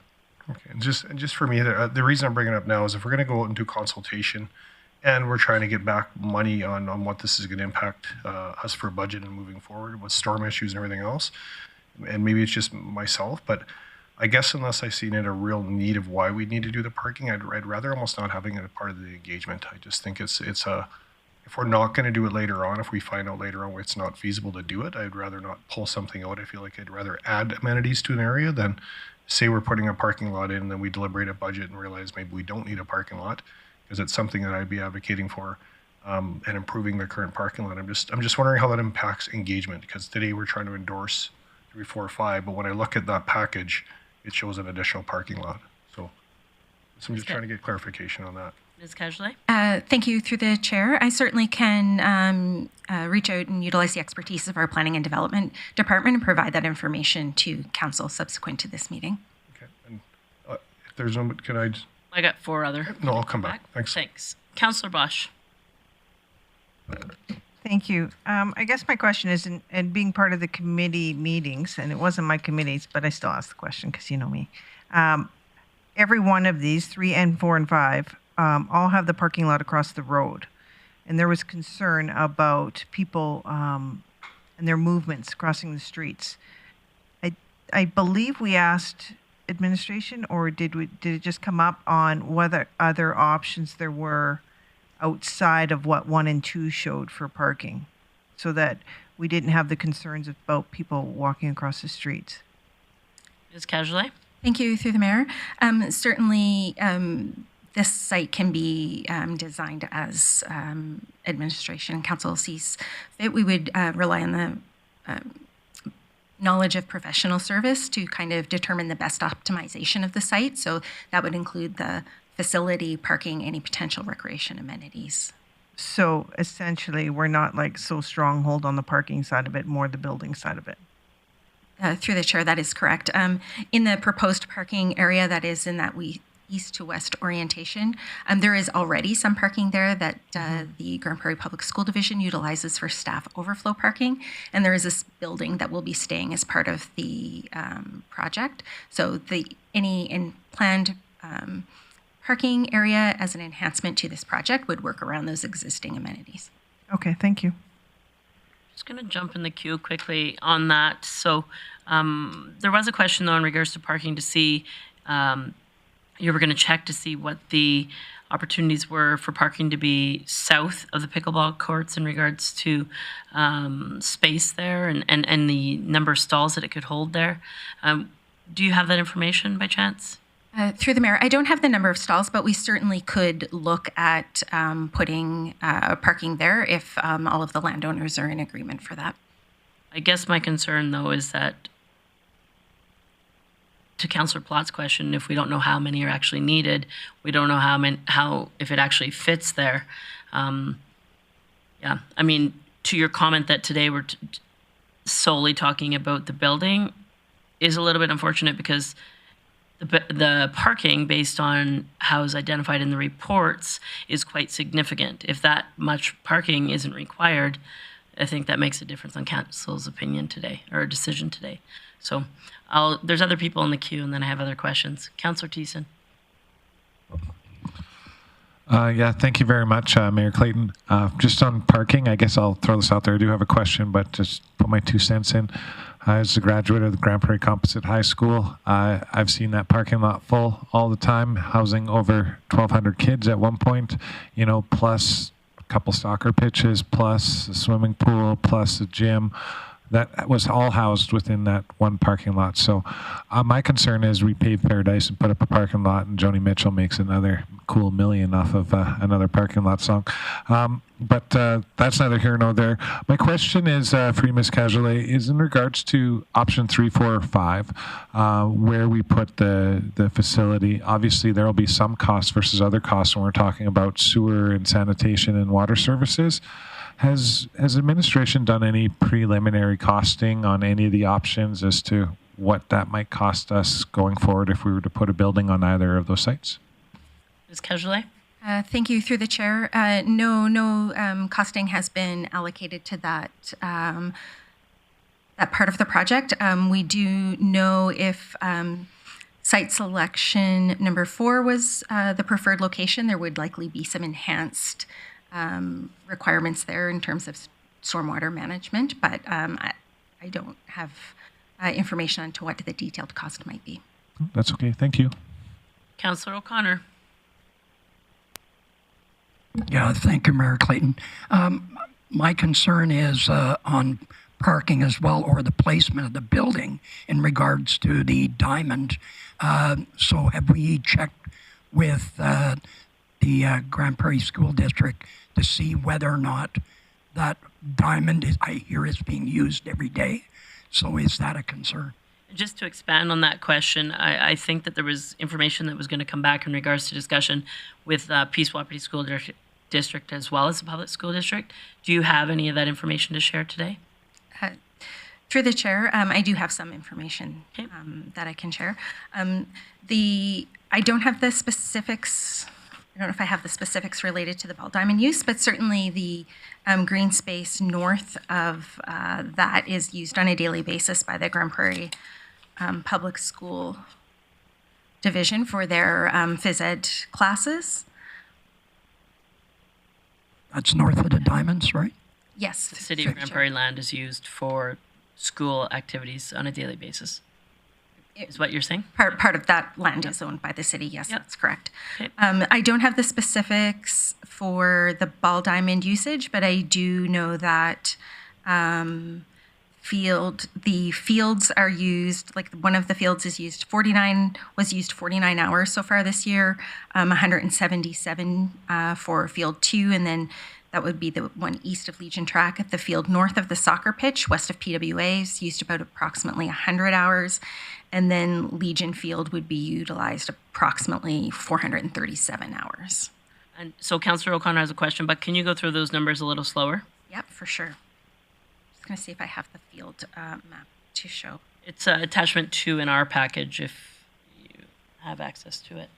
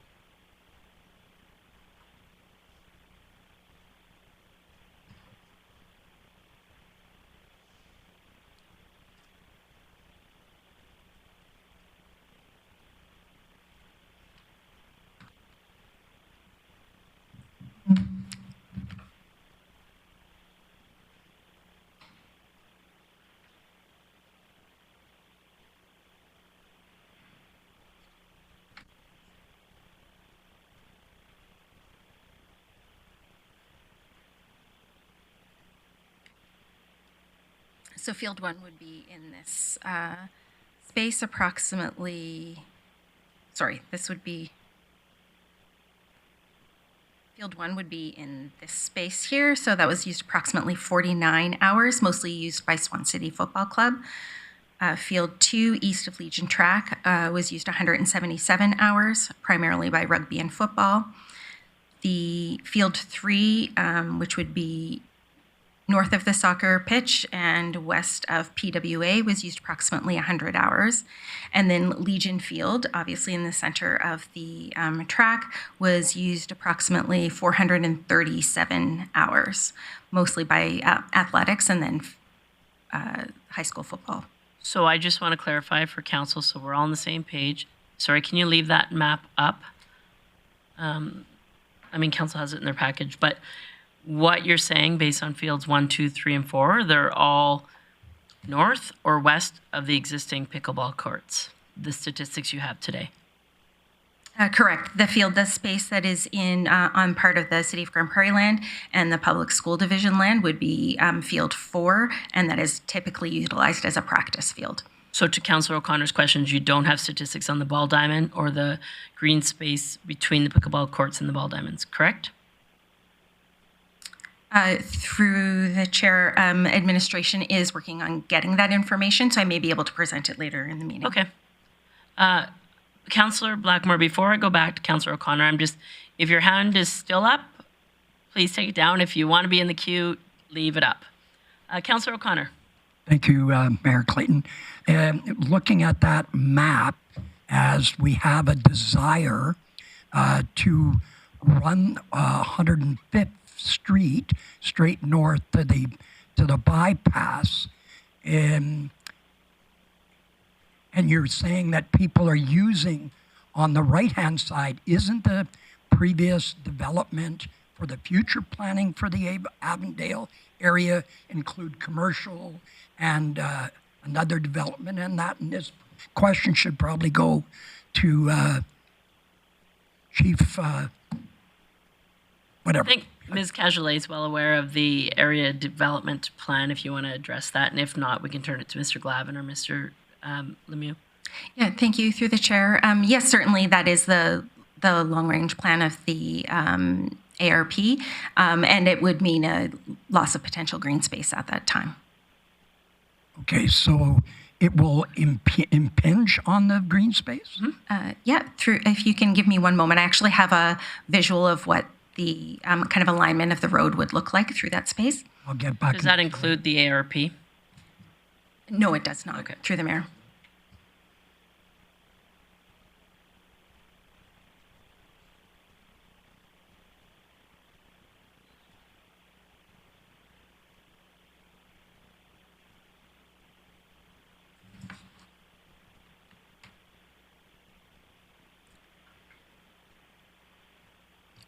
So through the chair, I don't have information related to daytime use of the ball diamond, but that ball diamond would have been booked for 101 hours, like in the evenings outside of school hours.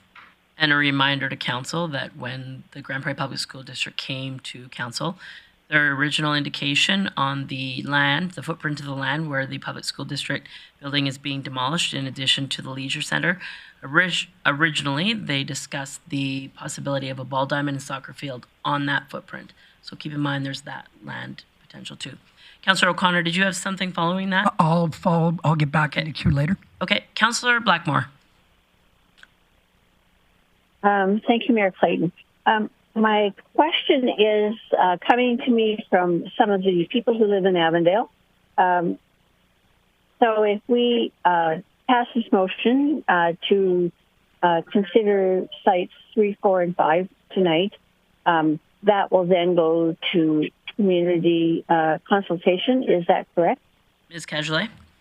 Through the chair, the intention would be to meet directly with the public school, Grande Prairie Public School Division and the Peace Wapiti Public School Division administration to ensure their support with the proposed projects, and then, yes, proceed with community consultation. So that would include the neighborhood, as well as the sport and recreation user groups, as well as a variety of stakeholders that have been identified. Thank you. And then my second question may seem like a bit of a tangent, but the other question I've been asked is, originally when the Swan City Football Association came to us with the request for the dome, and at that time it was to be located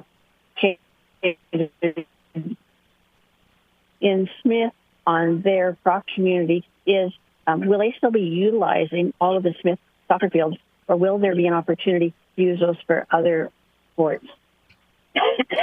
Councillor Blackmore, you cut out for a bit, but Ms. Cajolet, did you get the gist of her question?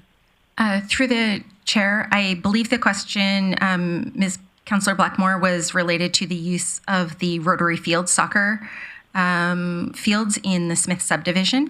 So if it is anticipated that Swan City Football Club would continue to utilize those fields and maximize those during the summer hours. Their membership typically increases because they can play outdoors in the summer. Does that answer your question, Councillor Blackmore? It does. It gives me an answer for a resident, so thank you very much. That's all I have. Thanks. All right. Thanks for that. Councillor Bressie. Great. Thank you, Mayor Clayton. Just going back to some conversation about parking, I know for me personally, it's important that I think the parking lot should appear in public engagement. That being said, I think it would be prudent to label them as potential parking lots or make it clear that they're being considered. I know that there's very mixed opinions on parking. Some user groups think they need more than others. I know in the neighborhood, some residents really want there to be lots of parking to make sure nobody's parking on their streets. Some really don't want there to be a lot of parking because they're worried about stunting that we see around some other high schools in the city if there's too much parking. So I think parking is a very important topic of public engagement, and hope that we give residents and user groups a great chance to discuss their expectations with parking in this. My question is, I'm still trying to get my head wrapped around what this would actually look like on the site. I'm wondering, Ms. Cajolet, if you had a chance to chase down how tall the current Composite High School building is and how it compares to how high we think this dome would be. Ms. Cajolet? Thank you. Through the chair. Before I answer Councillor Bressie's question, I do have some additional information. So that field north of the Ball Diamond was booked for 42 hours so far, and is used daily after school by the Grande Prairie Public School Division football groups.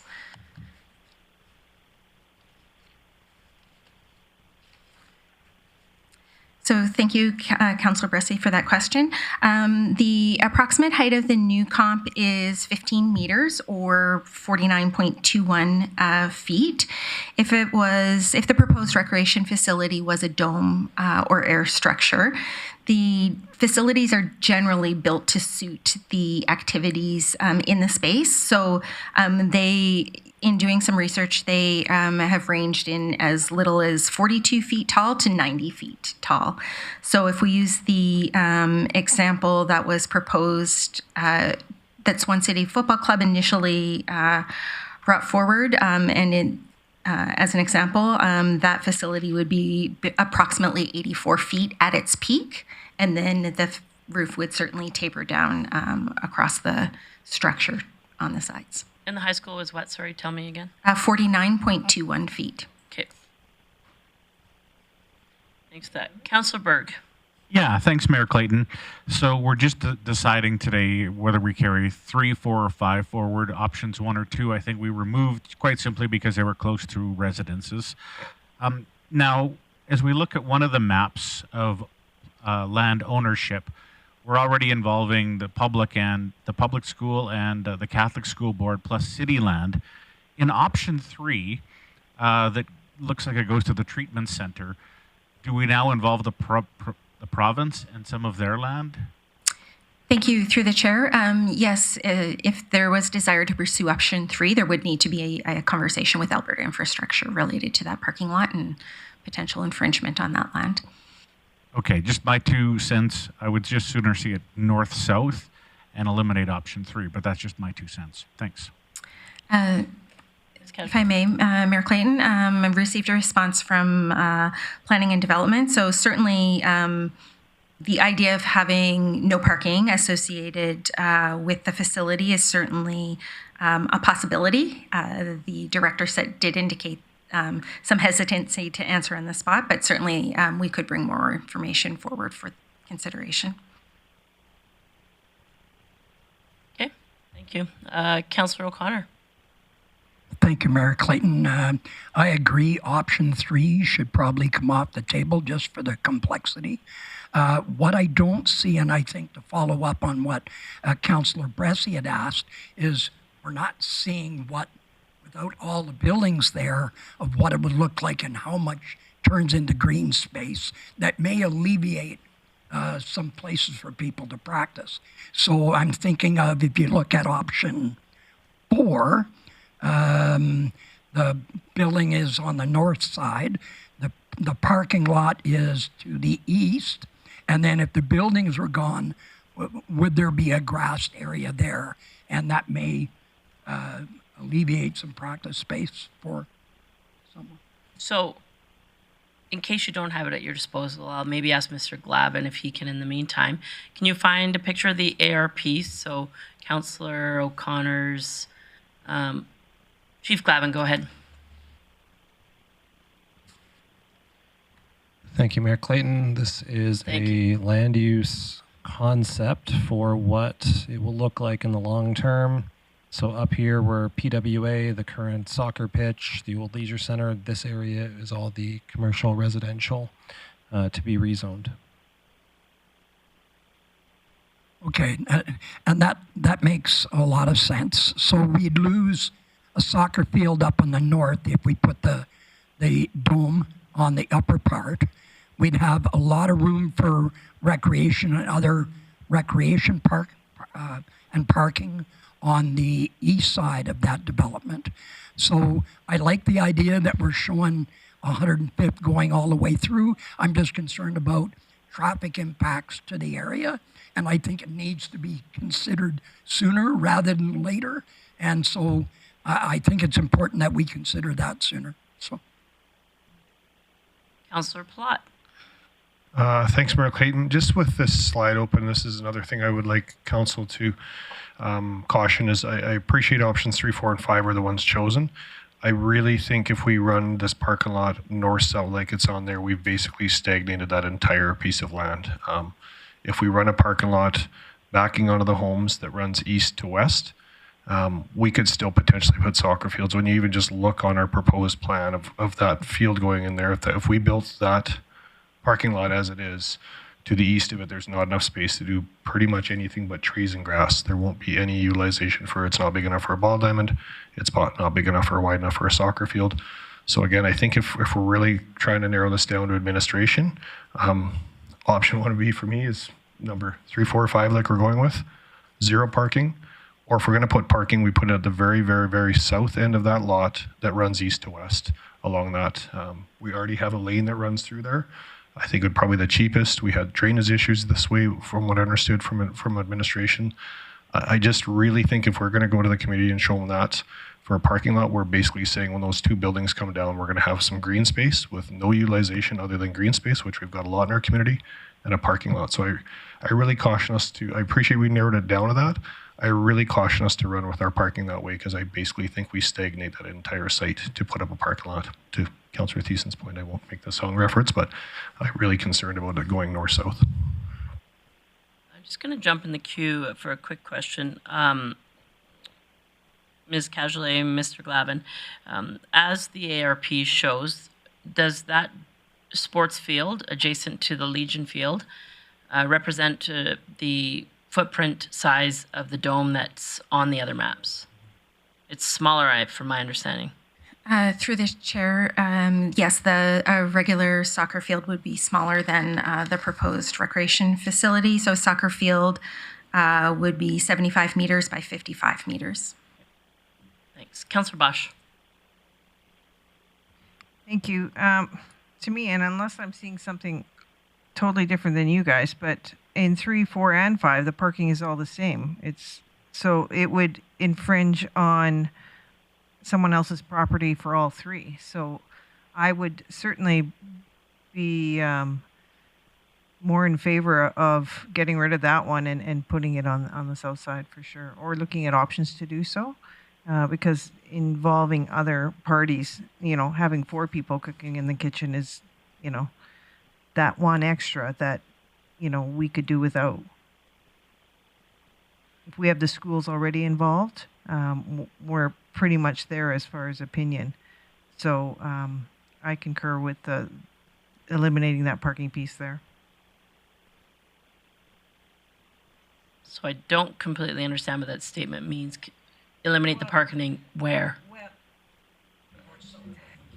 On the east side. We were noting that it is only on right on the image of number 3, but in fact it's 4 and 5 as well. Mm-hmm. So it impacts every single one of the ones that we're putting a vote in on. Okay, so I'm gonna go to Councillor Thiessen, but before I do, tonight's discussion is to go forward on which scenarios should go for consultation. If you want to narrow the scope and get rid of one of 3, 4, and 5 as the motion, so be it. If you want to change a motion, so be it. In my opinion, for me, it keeps coming back to whether or not the parking can fit south of the pickleball courts. Because if the parking can fit south of the pickleball courts, then I think the facility can work well in a couple locations. If we want to send many options to public for discussion and input, then leave the motion as is. So tonight, we're just here to talk about what should go forward for consultation. Councillor Thiessen. Yeah, thank you. And I think after seeing the site plan, which is kind of what I was going with in my own imagination, I personally only see option 4 is the only option. It does have extra costing to it. Sooner or later, we're going to punch the road through right to the bypass.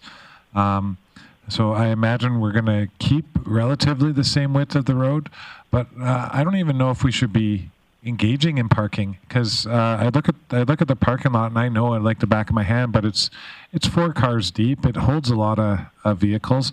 Even if we just did a 1-laner right along the side of the building, that'll add about 25 extra parking stalls for staff, and so then they don't have to worry about the long walk every morning. We can just put that there, and then the public can go and walk to a facility they're going to run around in anyways.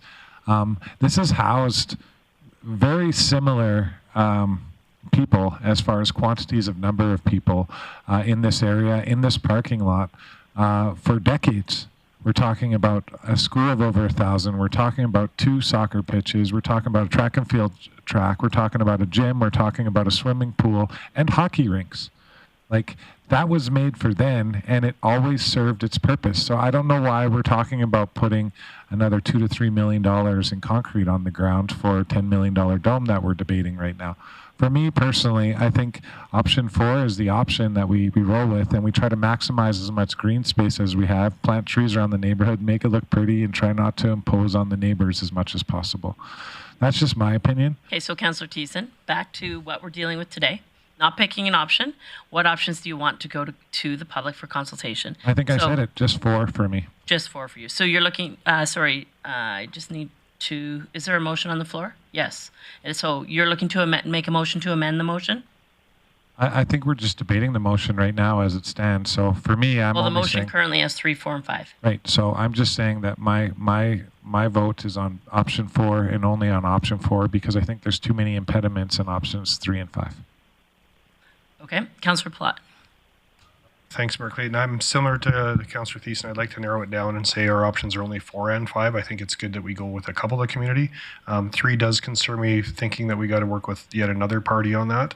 And I caution us, again, the packages for 4 and 5 show the parking lot going one way, and for number 1 and 2, they show it going the other way. So I'd be happy to make an amendment, Mayor Clayton, if you want to move this forward. But I would amend that we only go forward with options 4 and 5 for the proposed facility locations, and option 1 and 2 for parking configuration would be where I'd want to see the parking, which is on the north end of the south end of the current property, only if we actually deem that we need them. And I would put those as earmarked for now, but if we come back from planning and need, for me, I guess we'd have to have a really good reason to prove we need the parking. I would look to some of the Scottish domes and some of the ones that we looked at and see the parking configurations they have there. I'm pretty confident we're going to have a lot more parking than what the other domes that I've played with I've toured around the province with my kids in sports. I feel like we've got lots of parking, but that's my opinion. So it'd be nice to have planning clarify that. So if you want, I will make an option to go with options 4 and 5. So we already have a motion, so you're looking to amend the removal of option 3. I'll amend the option to 4 and 5 with option 1's parking. And so I suggest, because that's a lot of stuff, can we just amend the motion would be to amend option 3's removal and then come back and modify to add the parking you prefer? Sure, yeah, that's fine. Yeah, unless Councillor Bressy, it is his motion if he wants to you can make a motion to amend. Okay. Yep. I'll amend the motion to only include. So the amendment is to remove option 3 from the list of options that would go for public consultation. I know there's other people in the queue. If you want to be in the queue for a question to administration, great. If you wanted to debate the amendment, we'll do that as well. Councillor O'Toole. Thank you very much. I just got one question for administration on Avondale option 4. There's a space between the pickleball courts and the proposed facility. Is that enough adequate space for the athletics area? I know they come to council a couple of years ago, wanted to do some stuff, increase the facility a little bit. Has that been taken note of? Ms. Casually. Thank you. Through the chair, work continues with the athletics club. Administration has been working with them closely. They have submitted a grant application for a significant grant, which will potentially allow them, the determination or allocation of that grant will definitely determine what type of amenities they could propose. But I'm confident within whatever options are chosen that administration can find a way to work with the athletics club to meet the needs to host their events. No, thank you very much. I know that was, I've had a few phone calls last week when I was out of town, and I think they had some concerns, so I never got back to them. Councillor Bressy to debate the amendment. Great, thank you, Mayor Clayton. Yeah, it's a motion that I don't think I support, because I recognize that option 3 is definitely the most complicated one from a land perspective. But still, I think that for me personally, right now, it might be the best one. It certainly would be the best one if it didn't mean cutting down even more trees than we'd have to cut down with any other option. And so for me, I don't want it completely off the table right now. I think it's worth putting in the effort to find the best configuration of this land, not the most convenient one. So I'll be voting no to this amendment. And also got a telegraphing of another motion that might come about parking. Something I'd suggest to my colleagues is if you want to talk about parking, make an open-ended motion just talking about directing administration to include different options of parking configuration in public engagement. I know that there's some neighbors that would love the north-south orientation, some that would love the east-west orientation. And I think that neighbors should have an opportunity to provide what works best for them if we build more parking. So I'd encourage us in subsequent motions to be general about directing engagement on parking, not specific about what parking we want to see go forward. I'm going to jump in the queue, and then I'll go to Councillor Blackmore and Councillor Thiessen. I agree. I won't support the amendment. I think option 3 needs to stay in there. I realize and recognize that it may be a little more difficult in regards to the land negotiation. I still think it's a great option for use of the land. I do also echo the comments of Councillor Bressie in regards to parking. Let's explore opportunities. I don't like the north-south. It does sterilize some of the land there. However, I think there's opportunities south of the pickleball court for additional parking that would be valuable. I can tell you as a parent who has been when there's outdoor soccer and football going on, football teams bring 160 kids to a game plus parents. And so what you may see at a volleyball tournament in a parking lot may suffice, but if you have a football or a soccer team and something else going on in another facility, I believe there will be some additional required parking, possibly not as large as indicated on the options currently, but I think that the best opportunity is for us to discuss parking opportunities based on the option or the location of the facility. So I won't support the amendment, but I will go to Councillor Blackmore and then Thiessen and then Councillor Plott to close. Thank you, Mayor Clayton. I will not support the amendment. I believe that when you go to community for consultation, you have to be open to ideas and concepts, and I think that by limiting sites, we're not being open.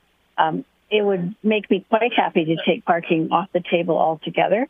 I agree that there's probably more parking in the proposal than is necessary, and I think that putting the two together is just creating a more difficult issue to talk about. If in the future we discover we need more parking, let's add it then. But for now, parking's not an issue. That aside, I cannot support the amendment. Thanks. Councillor Thiessen. Yeah, thank you very much. I've been hearing a lot of not going to support this motion. I'm going to support this motion wholeheartedly. I do agree that we have a couple of options on the table, and I think those options are fairly good. One thing I just want to bring to the attention of council, I agree with Councillor Blackmore wholeheartedly. I don't know if we need any parking at all. But I think one group that might not be really fond of option 3 could be the Grande Prairie Public School District itself. They've got a big, beautiful building that stands 49 feet tall. They've got windows out front, so when you're a student in there, you can see outside on the first and the second floor and everything like that. And if we end up plopping a dome there, that's all those students are going to look at, is the dome outside that's 84 feet right across the street. So I don't know if option 3 makes any sense at all. From an enjoyment standard of kids going to high school, I don't know if I would like to walk out and see a dome all the time, just like the neighborhood doesn't want to have the dome overshadow their house. So I like the options 4 and 5 on the table, and I think what we'll find, even if we put option 3 on the table, it'll be soundly rejected probably not only by the neighborhood, but by the Grande Prairie Public School District as well. Councillor Bosch, I had said that was it, but I will give you an opportunity, and then I'll go to Councillor Plott to close. Thank you for that. I guess with 3, I will be supporting this amendment. I'm struggling with involving somebody else who hasn't even been asked yet. And so then we're going to present this to the public, and it's intimidating for another group to have to answer to what we potentially might do without consulting them that if it's even something they want to do. Do they want us to put a big building right beside their organization? The schools are aware of it, and we haven't even really consulted them before going to the public on if they're good with all choices or any choice or maybe one of the 3. So for me, I'll support 3, and I would encourage that we ask our stakeholders prior to going to public their opinions first. Councillor Plott. Thanks, McCain. I'm not going to beat it up a bunch. I just want to echo what Councillor Bosch says. It seems a little concerning to me to be going out to the community to be saying, hey, we're doing engagement, and they all say 3, and then we come back and we go to the province, they say we don't want to do that. So I think when we're doing engagement, we have all the cards in our hand when we're supposed to be doing that. In this scenario, we actually don't. And so it would actually, I feel that 3 is not the best option in a lot of ways, but if that's where the community lands on it, and then we can't deliver on that, it's going to look really bad upon us. So I'd really caution you to go and support that if you think that that isn't a concern for you. It's certainly a concern for me that we don't have control of option 3 right now. So let's vote on it. Thanks for your close, Councillor Plott. I'll call the question on the amendment, which is to remove option 3. Councillor Blackmore, not in favor.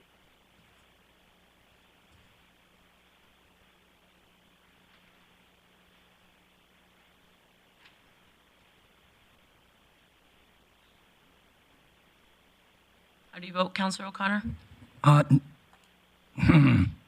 In favor. And that's carried 6-3. So options 4 and 5 is the motion currently now. Back to you, Councillor Bressy. Oh, Councillor Plott, you had comments? Yes, if I can, I'd like to do one more piece of business. Sorry, we have a motion on the floor that's been amended. So comments, discussion or debate on the motion as it is, which would be to go to option 4 and 5 for consultation. Seeing no one, Councillor Bressy to close. Great. Thank you, Mayor Clayton. I appreciate the discussion. And I know for me, I just want to emphasize again, today we're talking about sending something towards public engagement, not making final decisions. I know for me, I'm still not 100% convinced that I support this project. The fact that it is a dome, if we were talking a PVC fabric clad building or something different, I'd be 100% on board, but I still don't know if I am. But I definitely am supportive of us going to the community to hear more thoughts from user groups, hear more thoughts from the neighborhood, and continue this conversation. Because for me, whether or not it's a dome, I do think indoor recreation of some sort is needed in our community and of some sort should be on this land. So certainly support for the conversation. I hope council will support this motion. All right. That was Councillor Bressy's close. I'll call the question. Please vote. Councillor Blackmore in favor. Councillor O'Connor in favor. Councillor Berg? Sorry, this still looks like it's Councillor Wade's amendment. Is it not? No? Oh, okay, so we've amended. Okay, thank you. And how do you vote, Councillor Berg? In favor. And that carries unanimously. All right, so that is that item of business. I'm just coming back. We are good. And Councillor Plott, you had additional business. Yeah, thanks, Mayor Clayton. I just make a motion that we remove all parking from any of the consultation moving forward. I think, again, we've got enough parking there. I think if we're going to go out and start consulting people and we're showing parking, we don't do it, we're going to have a heck of a bigger problem than if we add it, if we decide we need it later on. It's also a bunch of work administration doesn't need to go away and do if we don't need the parking lot. Let's not force them to go away and do a bunch of work on costing it, storm design, all the things that we'd have to do if we're going to do a parking lot. Unless our city comes back to us and says we need this parking, I don't know why we'd put it in the engagement. I don't think it helps us in any way. Promising something we might not deliver that we might not need.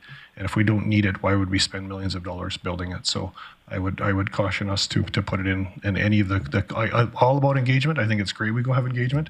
I just don't think we should put parking as part of the engagement. I think we're talking about the location of the potential facility. And I think the parking speaks for itself on site. Councillor Bressy. Great, thank you, Mayor Clayton. I can't support the motion. I trust our staff to be good communicators, and I also trust them to be good listeners to us. I think our staff have likely heard from council that we don't know if we're going to support this much parking or any parking at all, and I'm sure that when they communicate this to our residents, I've got confidence that they'll take that message to heart and make sure that residents know that we're talking about potential layouts for the site, not what this site will be. I kind of lean towards what other councillors have said in terms of, hey, probably if we build this dome right now, we don't build parking right now, we see how it's going, and maybe build parking in the future. But if we get to a point where we build parking in the future, I think the neighborhood and the stakeholders have a right to have their 2 cents about how that park should be configured, where it should be, how much it should be. And I don't want to go through another round of consultation on this just to talk about parking in the future. So I think it's worthwhile right now to do consultation, not just on the dome itself, but on what should potential parking look like in such a way that we're making it clear that it's potential parking, not for real parking. That way, if we decide we need parking in the future, we've already done the neighborhood consultation. We can get going on it quickly if it's needed. Councillor Bosch. Thank you. I won't support this motion. I do appreciate it, but I do think that we need to put all the cards on the table with the potentials and strictly, show the public that this is potential. Nothing is locked in stone, but in the future we may or could do something with options. And with having these potentials there, then you could get some feedback for the future, which would make council's decision of the day much easier. Councillor Thiessen. Yeah, I will support this motion, and largely because under option 1 and 2, I think is the best parking lot layout configuration. But with options 4 and 5, it doesn't mesh well with it, and it's a really large rectangle on a small map of an area of our town, which really makes the whole thing look kind of disjointed. I had concerns at committee meeting about parents having to walk across the street on a road that's going to be very busy once we open it up to the bypass to access parking there. I just think, like Councillor Platt said, there's plenty of parking that is still there. It exists there. And there's another thing that our ratepayers, our citizens are asking us to do, and that's reduce taxes. And I don't know how we do that by adding $2 million for something we might not need, even if it's just for the consultation. I don't know if we get the public buy-in for the dome if we show them a disjointed parking plan and say, where do you want this? Do you want it half a block away? Do you want it across the street? Do you want it down the field? Or do you want it abutting right against it, or no parking lot at all? I think what we're looking for approval is the dome in this area, and everything else follows after that. I think the parking is adequate, and like I said before, the Scottish Dome only had 60 parking stalls. I had to get in and out of that mud bog, backing up and going forward and backing up and inching just to get out of there. But there was only 60, and they have a huge set of fields there. So I don't know what else to say except I'm in full support. Just give me 1 second here. Go ahead, Councillor O'Toole. So the current parking lot situation, the way it is, was the Grande Prairie Public School Board anticipating using that parking lot as well? Not just for the rec facility. So let's... Yeah, that's where the high school kids park. Okay. Every day. So basically what you're saying is that parking lot should stay there. What the motion is to not include parking in consultation. So it would be pick where the consultation, where the facility is preferred, but not to indicate where the parking is preferred. But realistically, we need that parking lot. So here's my comments. I think parking is required. I don't like the parking as suggested in option 4 or 5, which is north-south. I think there are other options available. If community consultation and council's appetite is to put the facility as indicated in option 4, then an extension of the existing parking lot makes a heck of a lot more sense than across the street running north to south. If community consultation and council's appetite is to go with option 5, then I think that you should consider an east-west parking lot so that you don't sterilize the land where the Grande Prairie composite is currently. So I do think that I don't support the motion because I don't want the community to think we're not considering parking. What I won't support, though, is building a parking lot when this comes back, because at this time, I think we need to see where the facility is, if the facility is even supported, and at that point, we can assess where the parking goes. So I won't support the motion because I think there is parking required. However, I'm prepared to make another motion based on the outcome of this one. Councillor O'Toole. No, I'm done. Thank you for that explanation. Councillor Palat to close. Thanks, Mayor Clayton. Just from your words, I guess that's what my exact concern is a lot of people don't trust politicians for a lot of reasons. If we go out and show a plan that has a parking lot with no intentions to ever build it, then why show it? I mean, it just does not look good on us to go show it. What I'm looking at this consultation is, are we going to talk to people about whether they want ball diamonds or soccer fields and how that's going to lay out? Because if we're going to go through that level of consultation, we should have a whole bunch of different design drawings of what a site's going to turn into. Because I think a lot of people will love a parking lot until they realize it means they don't have a ball diamond, they don't have a soccer field potentially back in their area, they don't have that green space that they want. And so unless we need parking, I don't know why we would put it on there. So I'm really cautioning everybody here. I'm urging you to support this, because if we put stuff in consultation that we're not going to plan on fulfilling, then don't put it in the consultation at all. And if you in your heart are not going to support putting a parking lot, which I know I'm not, that's the reason I'm not supporting this, is because I don't want to go out to the community and say, hey, we're going to build a parking lot, we're going to say all these things to you, and then it gets to budget and we're like, we're not going to build a parking lot because it's $2 million and we don't think we need it.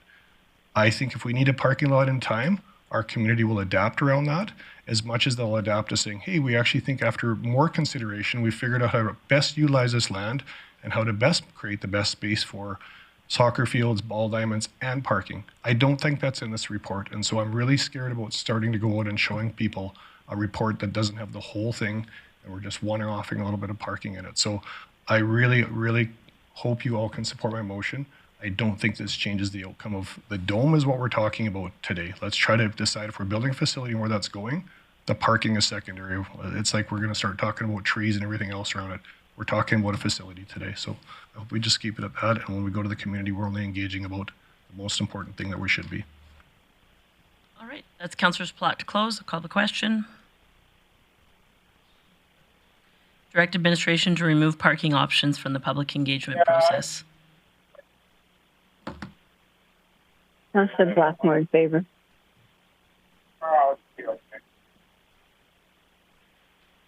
Mayor Clayton opposed. Councillor O'Connor opposed. So that is defeated 5-4. I will ask if somebody's interested in making a motion that my suggestion would be that with community consultation, that option 5 shows parking indicated east to west, and I'll speak to that. And option 4 shows parking as an extension of the existing parking lot. So when you go to community consultation, if you were interested in option 4, it would show an extension of the existing parking lot that runs north to south. If you were interested in option 5, it would show a parking lot that runs east to west, north of the residential properties there. The reason I support this is when it comes back and in 20 years from now, Councillor Bressy's still here and is looking to build a swimming pool, I don't think people are going to want a significant height of a building adjacent to their properties, just like we're hearing today. So a parking lot is a good barrier between fields and whatever that footprint looks like. So east to west in option 5 protects those residents from having a significant sized building across the street from them.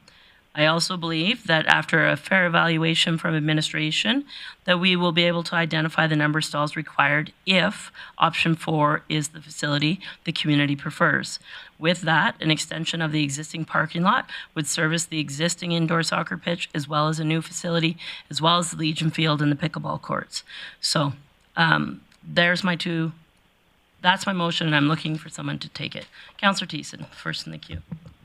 Yeah, thank you, Mayor Clayton. Based off your earlier explanation, I was already prepared to support your idea in this. I can lose a vote, and we can win big for the community here through this motion. So I will make that, and I hope the rest of the council wholeheartedly endorses it. All right. I'll give administration an opportunity to get that motion in the queue, but discussion and debate on having the parking lots as indicated in option 4 and 5. Councillor Berg. Yeah, thanks, Mayor Clayton. Just one point of clarity before I make a comment. When you say extend the current parking lot, are you talking about extending it to the north? Okay. Because one of the options to me would be to extend it to where the current ball diamond is and flip the ball diamond across the street. And so that way, again, if there's concern, if we put the dome on the north end, then people aren't crossing the road. They're going by the pickleball courts and then into the facility. Yeah. And in option 4, they would still be it would still be adjacent to the facility. Yeah, beautiful. Okay. Councillor Bressie. Great, thank you, Mayor Clayton. You mostly had me till you said 20 years for a pool. That's a 2 to 3 year project for sure. I do support it. I think that likely is a better way to go about this if we do parking.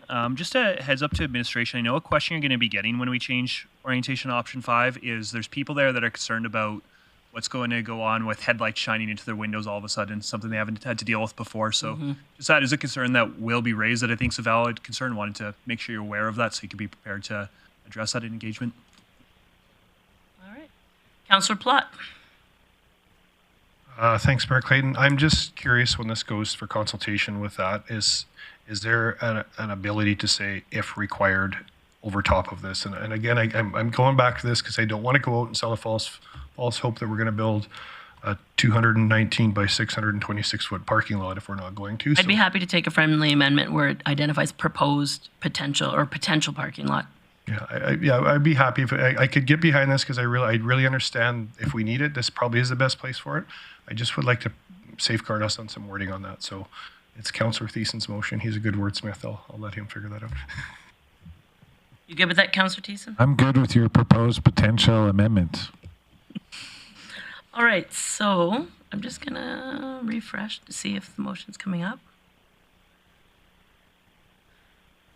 So the Councillor Thiessen, the motion reads, Council direct administration to, during the public engagement process, show a potential extension of parking lot in option 4, so of the existing parking lot in option 4, and a potential east-west parking lot in option 5. Good? Okay. Would you like to close, Councillor Thiessen? Yeah, sure. I'll close for the mayor's motion here. Just as Mayor Clayton had elaborated earlier, this is not setting anything in concrete. But what it is doing is we're putting a potential for the increase of parking space to be at least considered by the neighborhood in our consultations as we take this out to talk about the soccer dome. I think that was loud and clear, which is why I was ready to support her motion. I was quick on the draw. So with all that being said, I got nothing left to say. So support this motion, please. Call the question on Councillor Thiessen's motion. Councillor Blackmore in favor. Councillor Bressie in favor. And that carries unanimously. Okay, so thank you for that. Moving on to item 6, because I see no one else in the queue with any other business arising. I'm moving on to item 6.4.3, the Coordinated Care Campus Roof Replacement, and I'll look to Chief Lemieux for introduction. Thank you, Madam Mayor. So this recommendation is for us to proceed with replacing the roof on phase 3 of the Coordinated Care Campus. So the building condition assessment report that was prepared in 2001 did identify the need to replace the roof section above the former hotel rooms. It at that time indicated it was a roof repair that would have to be done in the next 2 to 5 years. And that report is over 2.5 years old.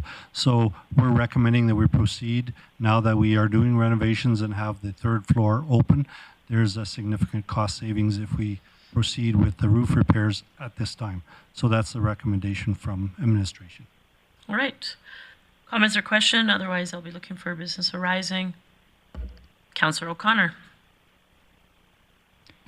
Thank you, Mayor Clayton. I'd like to move that council approve up to $780,000 to replace the roof at the Coordinated Care Campus from the Financial Stabilization Reserve. And speaking to this, I think it's important that we put the building in place so we can have our clients and residents in a safe mode, not while they're in the building. So I think it's important to do it now. Thank you. All right. Thank you for that motion. Discussion or debate? Seeing none, I'll call the question.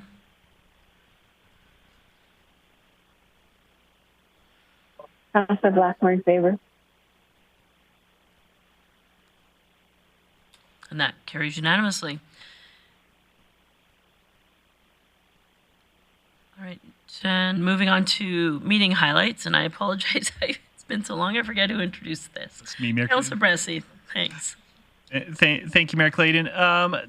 Two highlights from the Direct Service Area update is on November 21st to 24th, there's going to be an Opioids Don't Discriminate exhibit. This is something that our community got from Strathcona County. They ran it in their municipality several times to help people understand how people get trapped in opioid addiction and what that looks like. I think it's a really great opportunity for, I hope that all councillors take part in it and many members of our community take part in it. I've heard nothing but great things about it. So November 21st to 24, please be there.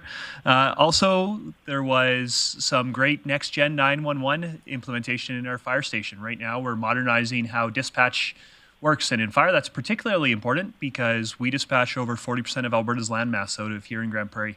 So really excited to see next-gen technology coming down that will make our residents safer and our firefighters safer and people more able to do their job. So congrats to our staff for that round of implementation of next-gen 911. I know it's been a lot of work. I also want to highlight that we had some conversation about school bus safety. Every few years, the idea of allowing school buses, whether or not we allow them to deploy their stop signs mid-block to let kids cross mid-block comes up in our community.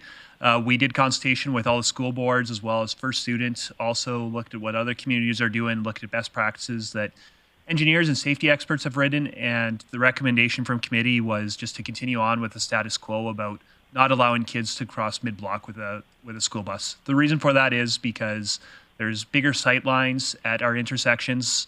There's drivers are used to looking at intersections for kids to cross, and kids, they often do what they're trained to do. And if they're trained to cross mid-block with their school bus, they're more likely to do that on Saturday morning when they're going to the park. So really, we think that it's the safest to insist that kids continue to cross at stop signs and at crosswalks rather than letting them cross mid-block. So we did have that conversation though, and it was in consultation with our school boards who are the experts of safety for kids in our community. So appreciate the staff who did the work on that.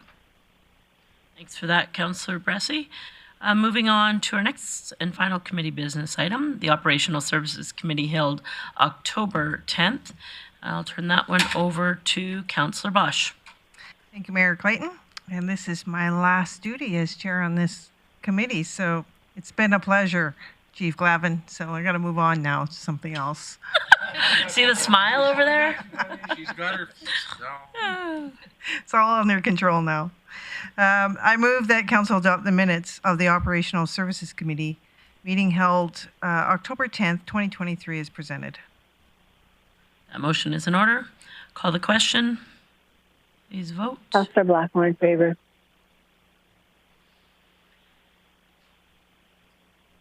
Councillor Plott, how do you vote? In favor. Councillor Berg in favor. That carries unanimously. A couple items of business. Councillor Bosch. Right. We're looking at council moving at the playground strategy as presented in attachment 1. I'll just speak to that here briefly. Okay, sorry, go ahead. Yep. In particular, the proposed playground strategy represents a comprehensive approach to addressing the renewal of existing playgrounds and the development of alternative amenities in these neighborhood parks. So there's an ebb and flow to neighborhoods, and so as the changes are needed for the type of residents that live there, we can potentially change some of the playgrounds and the park spaces to what is more conducive to the people living there. So if you're going to add little pump parks or what is it? My kids are too big for that. I don't even know anymore. Pump tracks and things that are in focus for the age demographic that are in those neighborhoods. And then, as time goes, it may revert back to a typical playground or a park that was once there. So this is just giving the ability to go to these parks and these neighborhoods and to do what's best for the population base that lives there currently and the demographic within it. So the motion is in order. Comments or questions? Councillor Bressy. Great. Thank you, Mayor Clayton. I appreciate the motion. I appreciate this.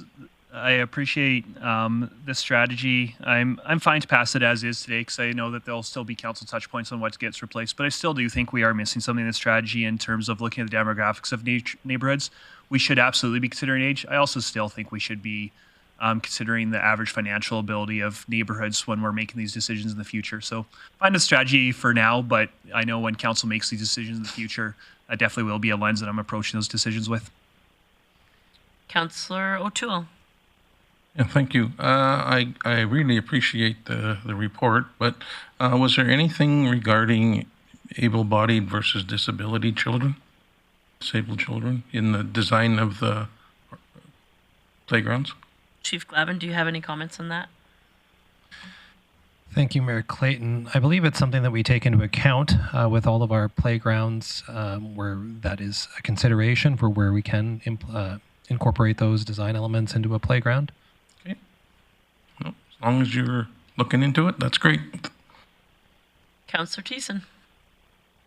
Yeah, I definitely support this motion as I did during committee. I just remind other members of council, we still have a report coming back from that committee meeting in regards to enlightening council when we decommission that. I think some of those conversations about age around the neighborhood and or abilities can come up during that discussion when that report is presented. But otherwise, this is a good piece of work addressing something that we didn't really have a measure for in the past, and I'm really happy to have it instead of being the bad guy at budget saying cut a playground. So thank you.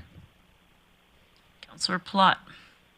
Thanks, Councillor Thiessen. You weren't the only bad guy trying to cut playgrounds. So I do like that this has come forward. I appreciate the administration kind of giving a little bit outside the box thinking and giving us some flexibility moving forward on how we can repurpose some of these lands instead of just being traditional copy paste as another park. So I like that it's a living document, and we're going to have some touch points coming back to council, but I think this is a great start. So I'll be happy to support it. All right. Councillor Bosch, did you need to close or are you good? Just a comment to Councillor Bressy to ease your mind a little bit. We did talk at committee in regards to financial implications of the residents that live there and what would be brought forward. So I'm confident that administration will include that in the subsequent reports. So that's my close. All right. Thanks for that. Call the question.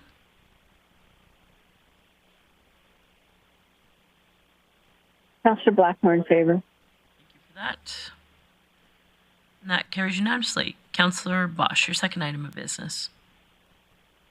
Thank you. This is in regards to the naturalization pilot program that we put forward this year. And I move council direct administration to adjust the Boulevard Naturalization Pilot Program to return areas adjacent to the residential private property to pre-pilot mowing rotations. Part B, adjust the Boulevard Naturalization Pilot Program to return the south portion of 84th Avenue pilot area to pre-pilot mowing rotations to avoid future tree conflicts with existing overhead power and snow storage capacity. And C, adjust citywide locations of naturalization outside of the Boulevard Naturalization Pilot Program to accommodate fire smart principles where possible as presented in Attachment 4. So in speaking to this, we've had our first year and run through this pilot program. And, I enhance the word pilot because we're doing a lot of learning here, both through council and through our staffing. And there's, some flags that we saw that the public has seen that we're bringing up. And then, of course, our park staff has seen some areas of concern. So this is to change the current pilot program as was running this year and 2 more years subsequent to this. All right. So that motion is in order. Open it up for discussion and debate or questions for administration. Councillor Plott. Thanks, Mayor Clayton. Happy to support the motion, and I'm glad that Councillor Bosch said pilot program. I know we've taken some flack in our community, but I think unless you're willing to think outside the box and try to change how you've been running your operation, you don't know when you hit a resistance point. And I think with this, we hit enough resistance and we had enough people push back that we're willing to change back our course. And I think that's fine. I'm glad that we went through the process of it because there was potential to save money here. And I still think inside the organization, we are looking at naturalization for beautification and money savings. My question for administration, and it's something that I'm really curious about, is I drive by Pinnacle, see that fountain flowing away there, and we do a special levy for people in Pinnacle. When I look at the mowing areas, specifically in Mission Heights, that's really a Mission Heights amenity. So what stops that from being a special levy for one area, and what made the Pinnacle Pond need to have a special levy? And I guess I'm curious with that when I think about parks and how we move forward as a city. We've taken one item and we've been able to have people in that area seem to have no problem. I don't hear a lot of pushback from people in Pinnacle that are happy to pay their small levy to have that beautiful fountain flowing. But I'm starting to wonder more and more when we get into these one-offs that are very specific to one area of our community, if this is a really important area of the community I live in, then maybe I should pay $6 a year more of my taxes, or whatever that looks like as a levy. I'm just wondering what triggers that. And I'm not sure who administration would take that, but I'm really curious what triggers special levies when it's specific to one quarter section of town and one development of town. I'll turn that over to Chief Whiteway for comments. Thank you, Mayor Clayton. So we do things like local improvement levies where there may be certain items that could be paid for by particular taxpayers in a neighborhood. There's not really definite exactly what can be included in local improvement levy. As an example, typically we do see larger infrastructure, so it is something we can explore more. It's certainly an option. However, it is something that is also what we would want to look in further with the MGA and bring back a full report on. Okay. Just if I can follow up, is that something that would be a motion, or is that just something that's going to come forward? Like I should be making a prescriptive motion around that, or is that something that administration would just bring back at a regular standing committee meeting? No, I would suggest you make a motion for that. Okay. If that's what, so I'd make a motion that we ask administration to bring back a report on how utilization of a special levy is done, period. And then after that, I would ask what areas in Grande Prairie we're currently operating using special levies. Great motion, but we just already have one on the floor. Oh, sorry. That's okay. Nope. You're taking my last day from me, pal. Hopefully you can remember that, because I'll forget. Okay, that's okay. So hold that thought. We will come back to you. Councillor O'Connor. Thank you, Mayor Clayton. And I refer to bullet number 3 in the motion, which reads adjust citywide, sorry, I have to pull it closer, locations of naturalization outside of the Boulevard Naturalization Pilot Program to accommodate fire smart principles where possible, and as presented in attachment 4.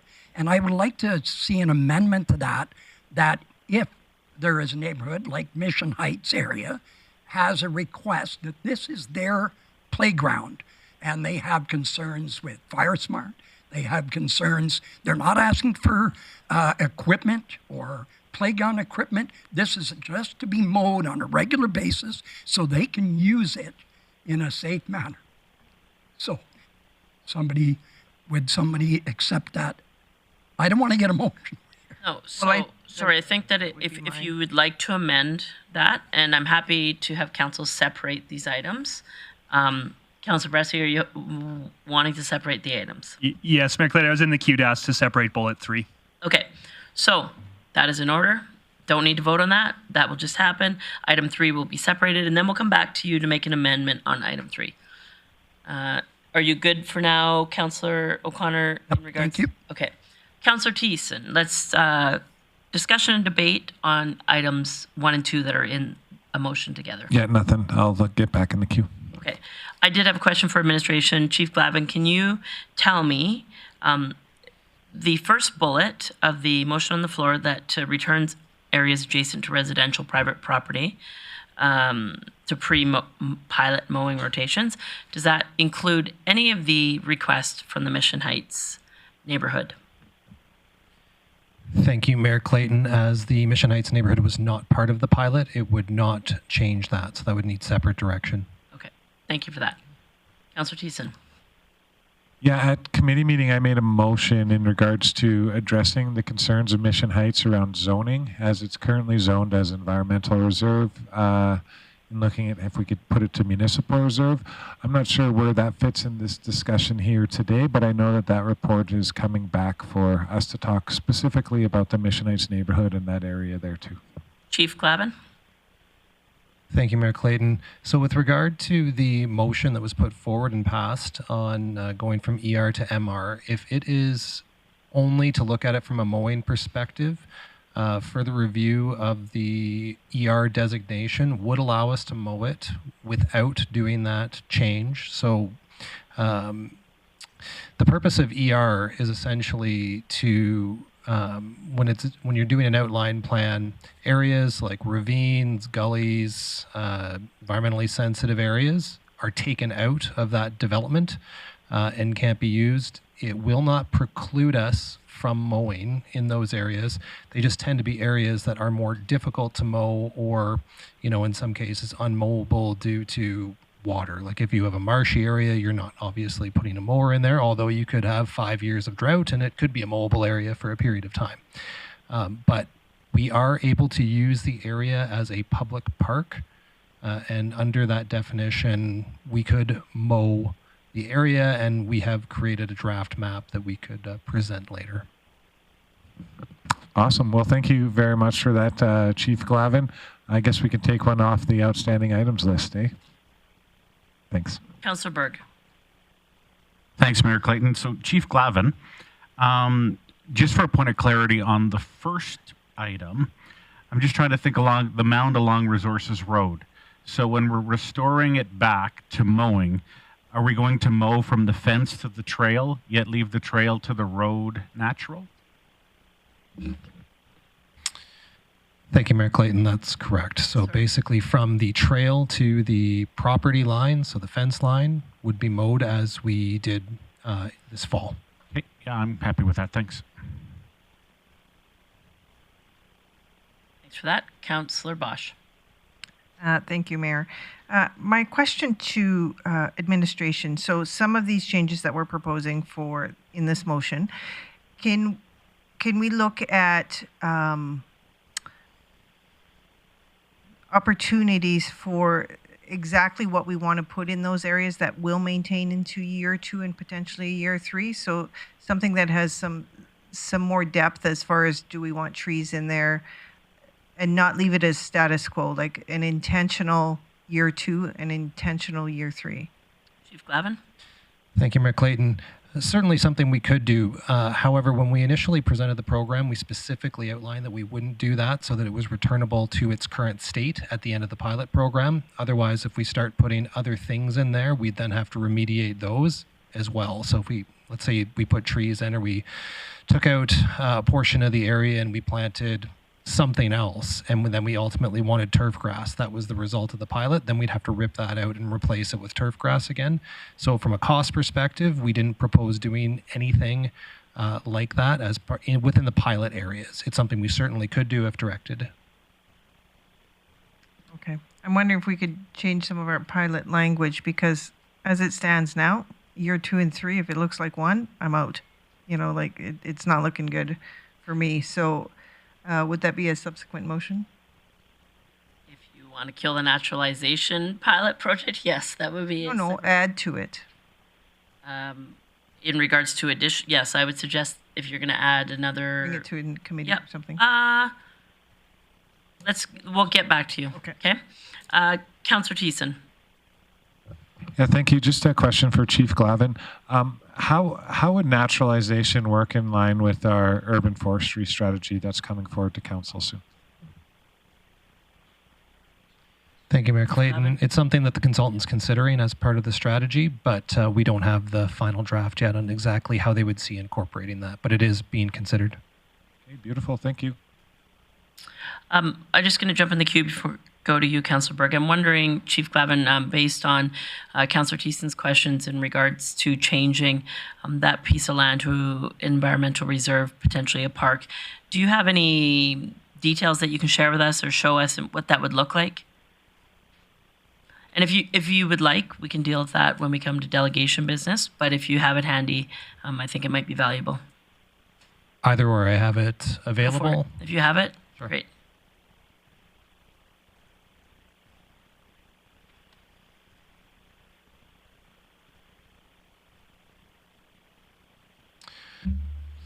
All right, so basically what you're looking at here is a map of the contours of the area. So this is looking at the change of elevation and converting into, using the legend at the bottom, mobile areas in green, mobile areas under suitable conditions in blue, and then unmobile areas in orange.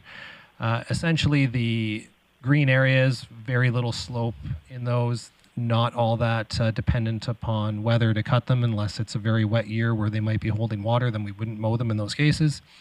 On the blue, so suitable conditions, essentially not wet. If it's wet, the mowers will slide and they will create turf damage, and then also potential risk for damage or injury. And then the other areas that are in orange are either currently naturalized or have steeper slopes that we wouldn't be mowing. So can you tell me how that differs from what you were already doing a path down the middle? So how's that different? Thanks, Mayor Clayton. So in this case, under suitable conditions, the whole thing would be mowed. Other than the orange areas? Other than the orange area. So right now, the blue areas and as well as a good portion of the green are not being mowed. How often? I mean, whose interpretation of suitable? It's based on safety? Correct. Okay, and so this doesn't address any of the land to the west or southwest. Thanks, Mayor Clayton. The land to the west would all be mowed under the current operations of parks. Okay, thank you. Councillor Berg. And I'll come back to you. Actually, Councillor Berg, would you mind holding? Councillor Blackmore's been waiting. Yep. Go ahead, Councillor Blackmore. Just to let council know, Mayor Clayton, as soon as I vote on this issue, I'll be leaving the meeting to catch a plane. Okay. Councillor Berg. Thank you, Mayor Clayton. So, Chief Glavin, I was just walking by the Crystal Lake Bike Park, and obviously we're doing naturalization there. And one of the things that I noticed was a number of new trees. So to me, it looks like, again, that area is naturalization with intent. What makes that designation different than, say, Resources Road or along 116th on the east side? Chief Glavin. Thanks, Mayor Clayton. So I'm assuming with respect to that area, like specifically the bike park? Yeah. Yeah, so the bike park was designed to have a naturalization incorporated into it as part of that capital project. Okay, thank you. That's what makes it special then. Thanks. Councillor Bosch.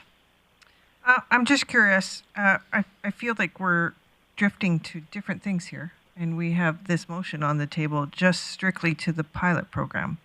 So are we not dealing with Mission Heights after? Yep. Okay. I'm just curious where we're going here with this. All right, so any further discussion or debate on the motion? Seeing none, I'll call the question. Councillor Blackmore in favor. Councillor Plott, how do you vote? In favor. Thank you.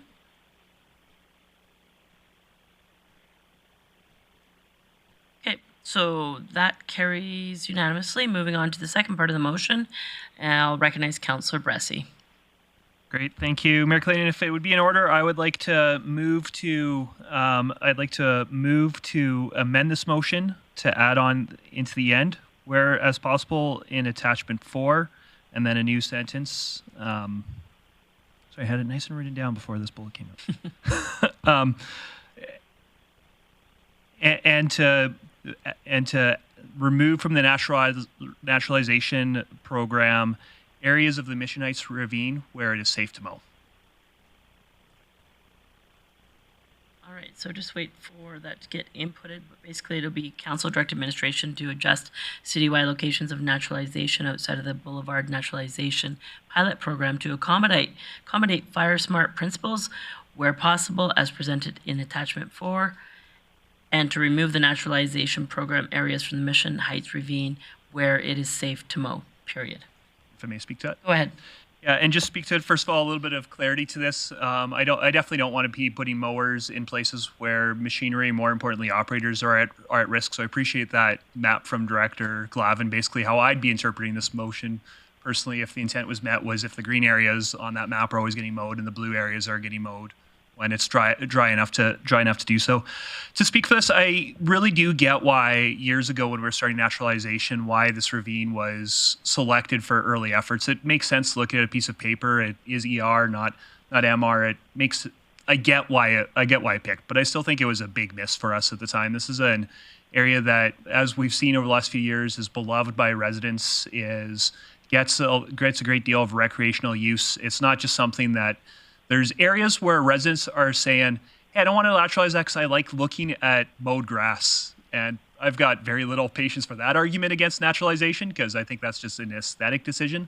But this is a case where residents aren't saying, hey, we've got issues with the way it looks. They're saying we've got issues with the way it's impacting our day-to-day life, with how we play with our kids, how we play with our pets, how we go for walks with our spouses, how we see schools in our community operate. And I think we should be listening to those residents and walking back our naturalization efforts on this particular little corner of our community that really is a unique little corner, this interface of a kind of rugged park with true wild park in the heart of a neighborhood instead of just being it's a cool little feature when it's mowed, and that I don't know if we've got that elsewhere in Grande Prairie. So I hope we return it to its old state. All right. Councillor Thiessen, discussion or debate on the motion? Yeah, no, on the amendment, rather. Sorry. Yeah, thank you. I'm in full support of the amendment. Just a question for Chief Glavin. Based off of the map that you showed us, would Councillor Bressy's motion address it to the same standards that we did before naturalization? So we used to mow it a lot, like for 30 years before 2019 when council decided to save some money and cut back on mowing, and then later it became a naturalization area. Through all these years, the neighborhood has been fighting us back on that. Would Councillor Bressy's motion return it to the original state of service, how we used to mow that land? Chief Glavin? Thank you, Mayor Clayton. Just one moment here. So I believe that this would be incorporated into the rotation of the public utility lots in the area, which I believe is every 4 weeks at present. And I don't recall what the service level was prior to naturalization in that area. Yeah, that's fine. I think if you include the green, the blue, and the grass that wasn't in orange, I think that would probably return it. I was just clarifying to be 100% certain, but thank you. Okay. Councillor O'Connor. Yes, thank you, Mayor Clayton. I encourage council members to support this motion, as the community has made it very clear they would love it to be their place to play. All right. So no one else? Councillor Bressy, did you wish to close on your amendment? No, I'm good, Mayor Clayton. Thank you. Thanks. Call the question on the amendment.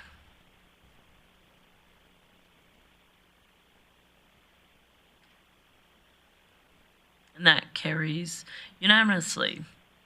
Moving on now to the main motion. Give me 1 second. I just got kicked out. Okay, so discussion and debate on the motion as amended. Seeing no one, would you like to close, Councillor Bosch, or are you good? All right, call the question on the amended motion.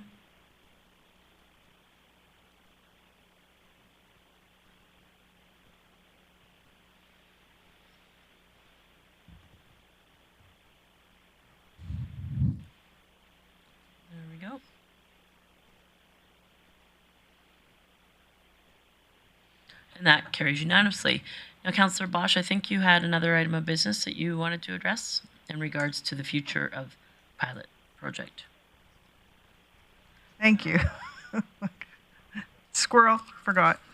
I would like to move that we adapt the 2 remaining years of the Boulevard Naturalization pilot program to include intent of vegetation, or planting vegetation, or even if it's like wildflowers, something to change what we saw this last year visually, or maybe bring back a report to see how we can intentionally work with this pilot program for the next 2 years that brings about a different result. My fears are that, we've gone through this year, and if the result has been what we've heard from the public, what's to change the next 2 years? So past history will give you future results. So unless there's something dramatic that I can see coming out of this next 2 years on its own, I would suggest that we put some intent into this pilot program and not just let the grass grow and the weeds grow and the just to see some sort of result that is better than what we've had. Okay, so I think I know where you're going. A couple suggestions. Sure. There will be budget implications if you're looking to modify the existing pilot project. If that's your intent, I would suggest you make a motion to have administration bring back options on the pilot. Another option for you would be to see how the next year goes. I'm assuming that we will have a similar process with review, an opportunity for input. Chief Glavin, after a second year, if we were to leave it from what we learned in the first year and adjust our operations accordingly, there will be an opportunity for council and the community to have input after the second year of the pilot project. Thank you, Mayor Clayton. Yes, we'll continue to have the Engage GP page up to gather feedback and continue to monitor, and would bring forward a similar report at the end of the next season. So I think Councillor Bosch, if it addressed it, you can either leave it and wait, see how the consultation goes, see how it goes after year 2 of pilot project, or if you want to see something different, then there will be budget implications, and I suggest you make a motion to bring back options and the budget implications. Timely, right, as we get ready for budget deliberations. I will ask Chief Glavin if Councillor Bosch had a motion that was supported by council to bring back options. Do you have enough window? Do you have that information? Is there enough window, a time frame for administration to bring back options prior to budget deliberations for consideration? Thank you, Mayor Clayton. As far as extremely detailed options, that would be challenging to do before budget. Very, very high level costs. We could, Calgary's done a naturalization program where they have some per hectare costs that were done a few years ago. We could take a look at those and see if the scope of what they did would be and I think what Councillor Bosch is looking for is aesthetically enhanced naturalization. So would you have some costs that you could discuss with council or, sorry, your appropriate standing committee? Very ballpark. We could get something together, for sure verbally. We could get something together quite quickly. It would just not have the detail that, of design that we'd be putting into each area of the pilot. So Councillor Bosch, currently in the e-scribe, the motion reads, Council direct administration to bring back options and budget implications to adapt the 2 remaining years of the Boulevard Naturalization Pilot Program to include aesthetically enhanced naturalization. Does that cover your needs for now? It does. Yeah. Okay. So we've already cut back some of the land, so hey, in the last motion, so we can look at improving what we have left. Okay, so I have a full queue. This is discussion and debate on Councillor Bosch's motion. Councillor Thiessen. Thanks, Mayor Clayton. Sorry, buddy, I can't support it. And I'll just be straight up. We're about a month away from budget. Our administration is working around the clock trying to, cost us out, like cuts to the budget so that we can save the tax increases and implications. We have an urban forestry strategy that's coming back that might inform this, that also will have budget attached to it. And with all that comes a bunch of intermingling plans that we need to seriously consider and think through. I love intentionality as far as naturalization goes. I've been a big advocate from the start, and I want to support this motion.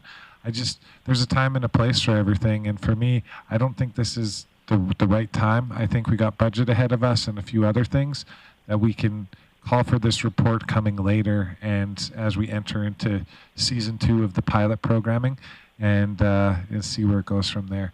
I want to support it, but I just don't want to add to our administration's plate right now and get loosey-goosey numbers when we could have, probably a lot better grasp on what the costs might be and the implications to our community to do this later rather than right now. So for those reasons, I can't support it. I apologize. Councillor Bressy.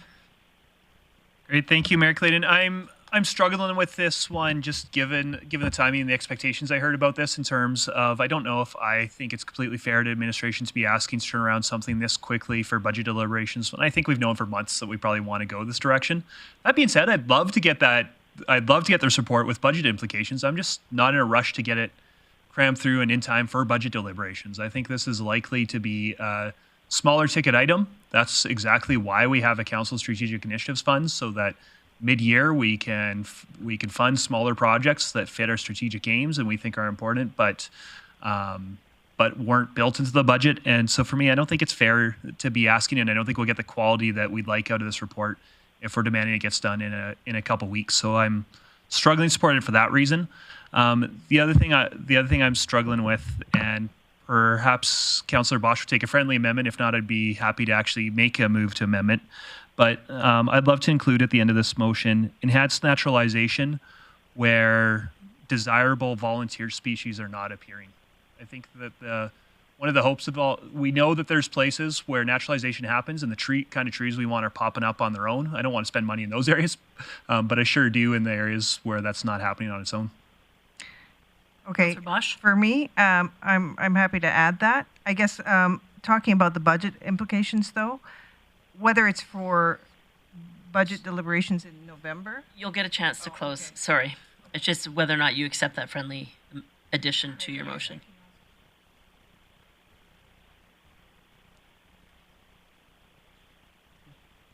Okay, so if the motion doesn't reflect your intent, let's change that.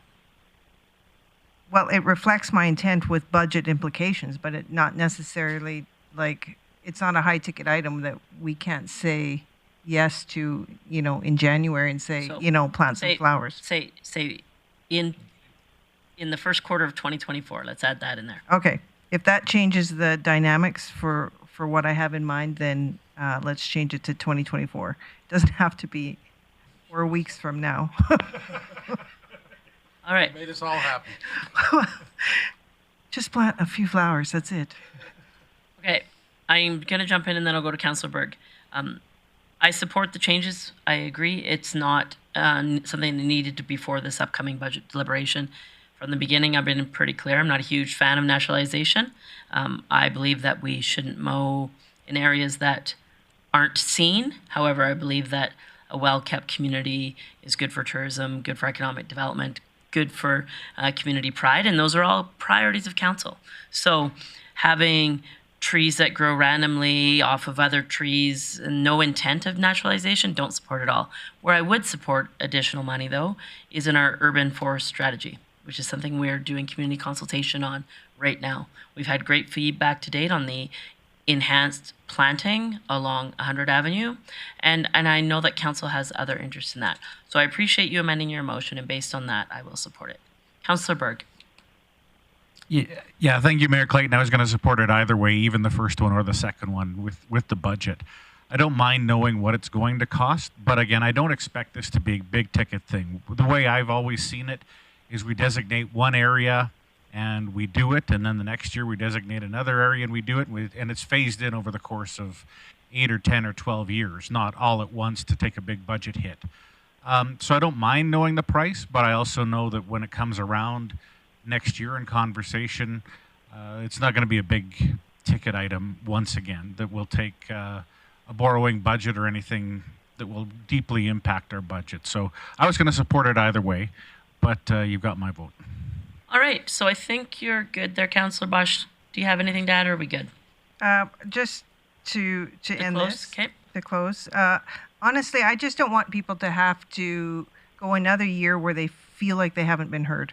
We've just been through several delegation meetings here that people who have felt that, and we're finally getting it, So let's start with 1 year being done, and in year 2, we do a little bit something that at least shows the public that we are listening. Nobody wants to complain. They rather just live their life. So if we can do something that shows that we have some foresight to try fix things, although be it in a pilot program, I think we owe that to the citizens. Right. So Call the question on that motion.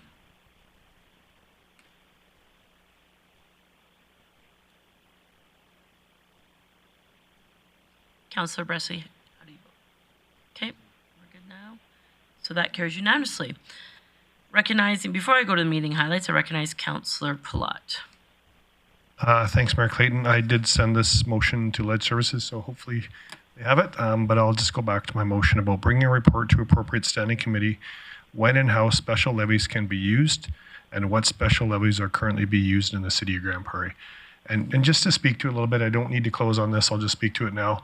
I think the proponents here have a legitimate claim. Having said that, when I look at that, that is very specific to that area of town.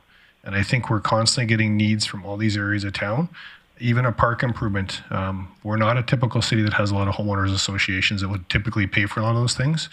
We're a city that just does it all. And so that's great. But I do think sometimes if we want to empower homeowners associations, we need to start looking at special levies a lot more. This might have been a $1,000 cost to the Mission Heights, and we wouldn't have been talking about it because it was all about trying to lower taxes when we did this. If it was a really important area to one area of town, that's great. That area of town could look at it and that homeowners association could decide on that. And so I really would like us to look at secondary options of how we can actually levy people for things that are important in their community, but really it's only for their community. And within the community of Grande Prairie, there's lots of communities. So I think we just need to be more cognizant about if somebody's got an area of their town that they think has a special need that they need to have a project. I don't think we should say no to that, but I think we need to have an ability to have that happen without it being borne on all the taxpayers. If that area needs to be done, great. So this brought a great topic up for me where it's bothered me a long time where people pay to turn a fountain on that I think the whole city benefits from. But it's happened and those people are fine with it. So I think we need to be looking at that as an opportunity a lot more in the future. So I hope you can support it. So if you just double check while I go to the discussion and debate, just double check your e-scribe that it covers what you think. I think it's word for word, but I will go to Councillor Bressy for discussion or debate. Great. Thank you, Mayor Clayton. Happy to support the motion. I don't think this particular situation is one where I'd ever support a special levy, but I think in general, for me, especially when it comes to capital improvements and that fountain, that's really a capital program, not an operating program. I think this can be very appropriate. I know today on a business walkabout, at least one councillor heard about a gravel road where this is a likely route to pave that road in the future. So I think it's worthwhile information. Councillor Platt, I'm wondering if you'd take a friendly amendment to that, and that is, in this report, I'd also love to know if there's been any significant uses of this in the city's history. Your motion's only asking about what are we currently levying, but if there's been any significant projects in the city's history that have been funded through special levies, I think I'd like to have that historical context for our residents. I'd be fine with the friendly current and historical being used in the city of Grande Prairie. Yeah, absolutely. And I guess just to talk about what I'm asking for there, just to be a little bit specific for direction, I'm not looking necessarily for a list of every single special levy that's ever happened in city history. I don't want some staff person going out in the archives and spending days and days and days going through all of our records, but really just if there have been some very notable projects that staff feel would be appropriate to council's decision making, I'd like to know about those. All right, Councillor Bosch. Thank you. By you not making staff go downstairs for all that, we've just bought flowers. I will support this motion. I don't think it has anything to do with the delegation that came in today or a couple of weeks ago. I think it's two different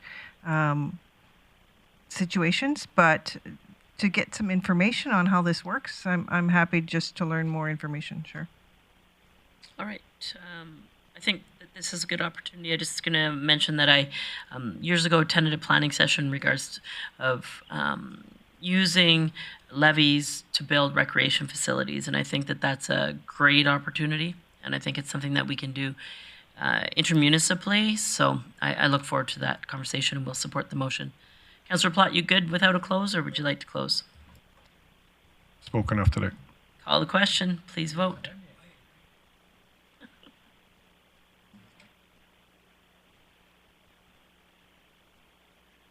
That carries 8-0, so unanimously. Councillor Bressy, this is you? Yep. No, Councillor Platt. Meeting highlights. Oh, Councillor Bosch, sorry. I know you will. Councillor Bosch, any highlights from your meeting that we didn't address today? Yes. Well, now this is it. Now this is it. Okay, Brian, here we go. The annual drop and swap is scheduled for October 21st at the Ernie Redburn Pavilion. Clothing will be accepted for donation October 18th to 20th. And I've already heard this on the radio, so that's a good opportunity for people to, do some swapping of clothes and similar to what Nighthawk does with their equipment. The slope repair in Muskogee Park on 68th Ave is nearing completion.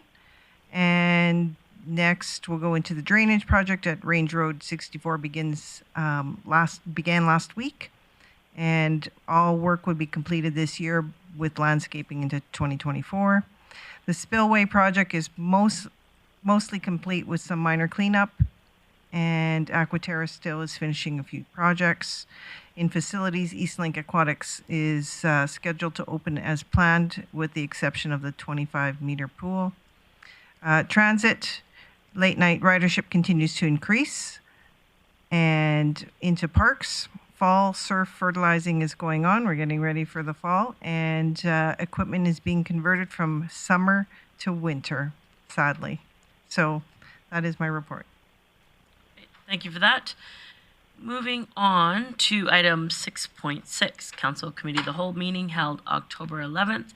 I will look to Councillor O'Connor. Thank you, Mayor Clayton. I move that Council adopt the minutes of the Council Committee of the Whole meeting held October 11th, 2023, as presented. Thank you for that motion. That motion is in order. Seeing no one in the queue for discussion or debate, I will call the question. Please vote.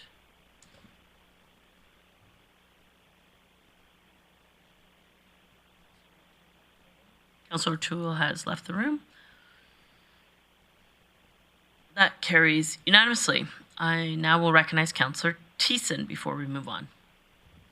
Yeah, just ready to do business on the next, moving on. Okay, so there is no correspondence. We're moving to unfinished business and our borrowing bylaw C-1468. Councillor Thiessen, sorry. Thank you very much, Mayor Clayton. I would move that Council gives second reading to borrowing bylaw C-1468.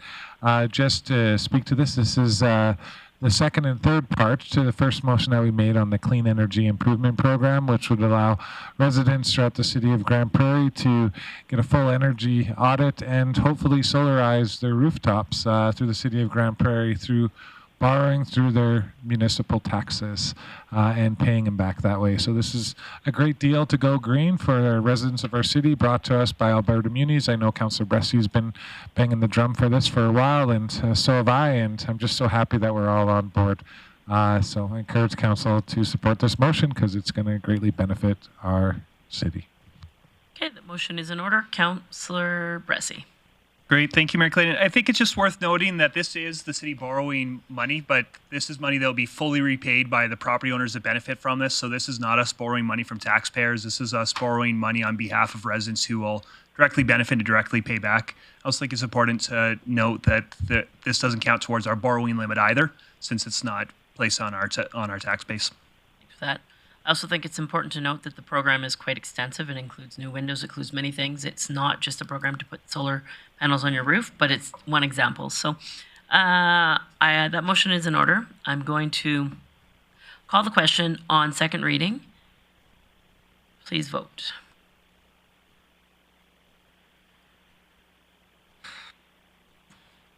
That carries unanimously. Councillor Thiessen. Thank you very much, Mayor Clayton. I would move that Council give third reading to borrowing bylaw C-1468. Right, so this is third reading for borrowing bylaw as indicated. Opportunity for discussion or debate. Seeing none, I'll call the question.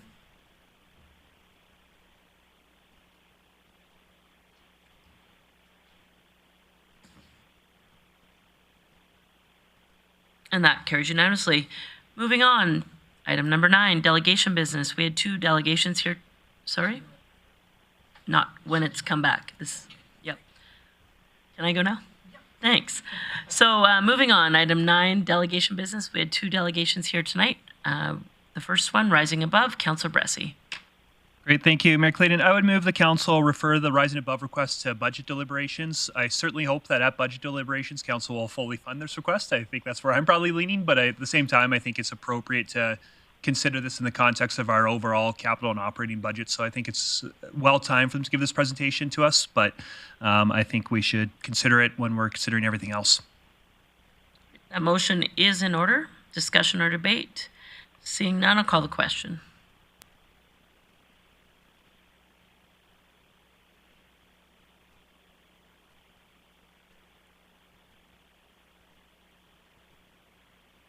That carries unanimously.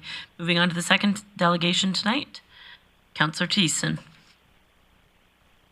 Thank you very much, Mayor Clayton. I think we've already dealt with business here, so I would just move that we receive for information. And since these ladies are still in the audience, thank you so much for fighting so hard for your neighborhood. You have been heard here tonight, and your land will be restored the way you were requesting. So thank you for the great pictures of showing us how wonderful a parkland that Mission Heights Hill is. We used to call it the ditch as a kid, but for now, it's now a park. So I just move that we receive for information.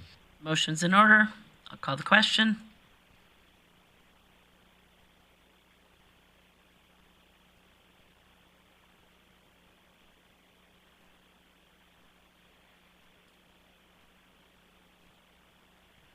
And that carries unanimously. So there are no notices of motion. It is now time for recess, which literally looks like about 30 seconds. So I'm going to just give me a minute. Are we comfortable taking a break? Just a minute, please, Councillor O'Connor. 30 minutes, appropriate? Yeah. Okay, so we're going to take a recess for till 6:15, and we'll be back then. Thank you.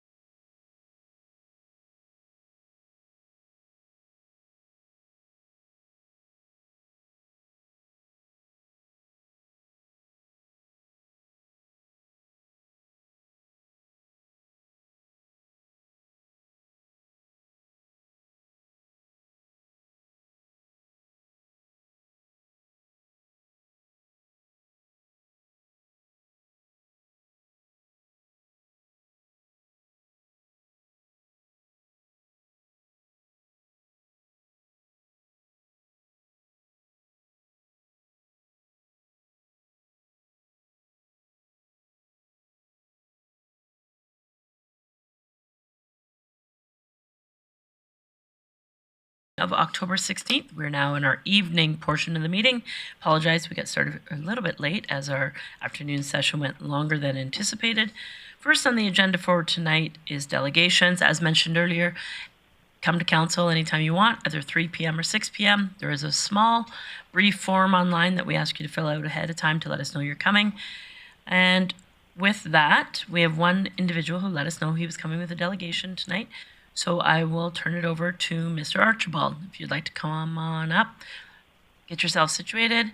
If you bring other people with you, once you're situated, introduce yourselves, 5 minutes to address council, and then council will have an opportunity for questions for you, and delegation business will be dealt with following that. So first, welcome. Your mics are on. Just introduce yourself for those who are watching at home. Thank you.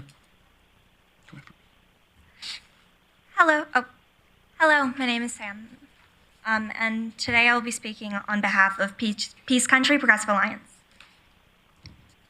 My name is Dustin Archibald from Peace Country Progressive Alliance. And for the majority of this presentation, Sam will be doing the presentation. Great, thank you.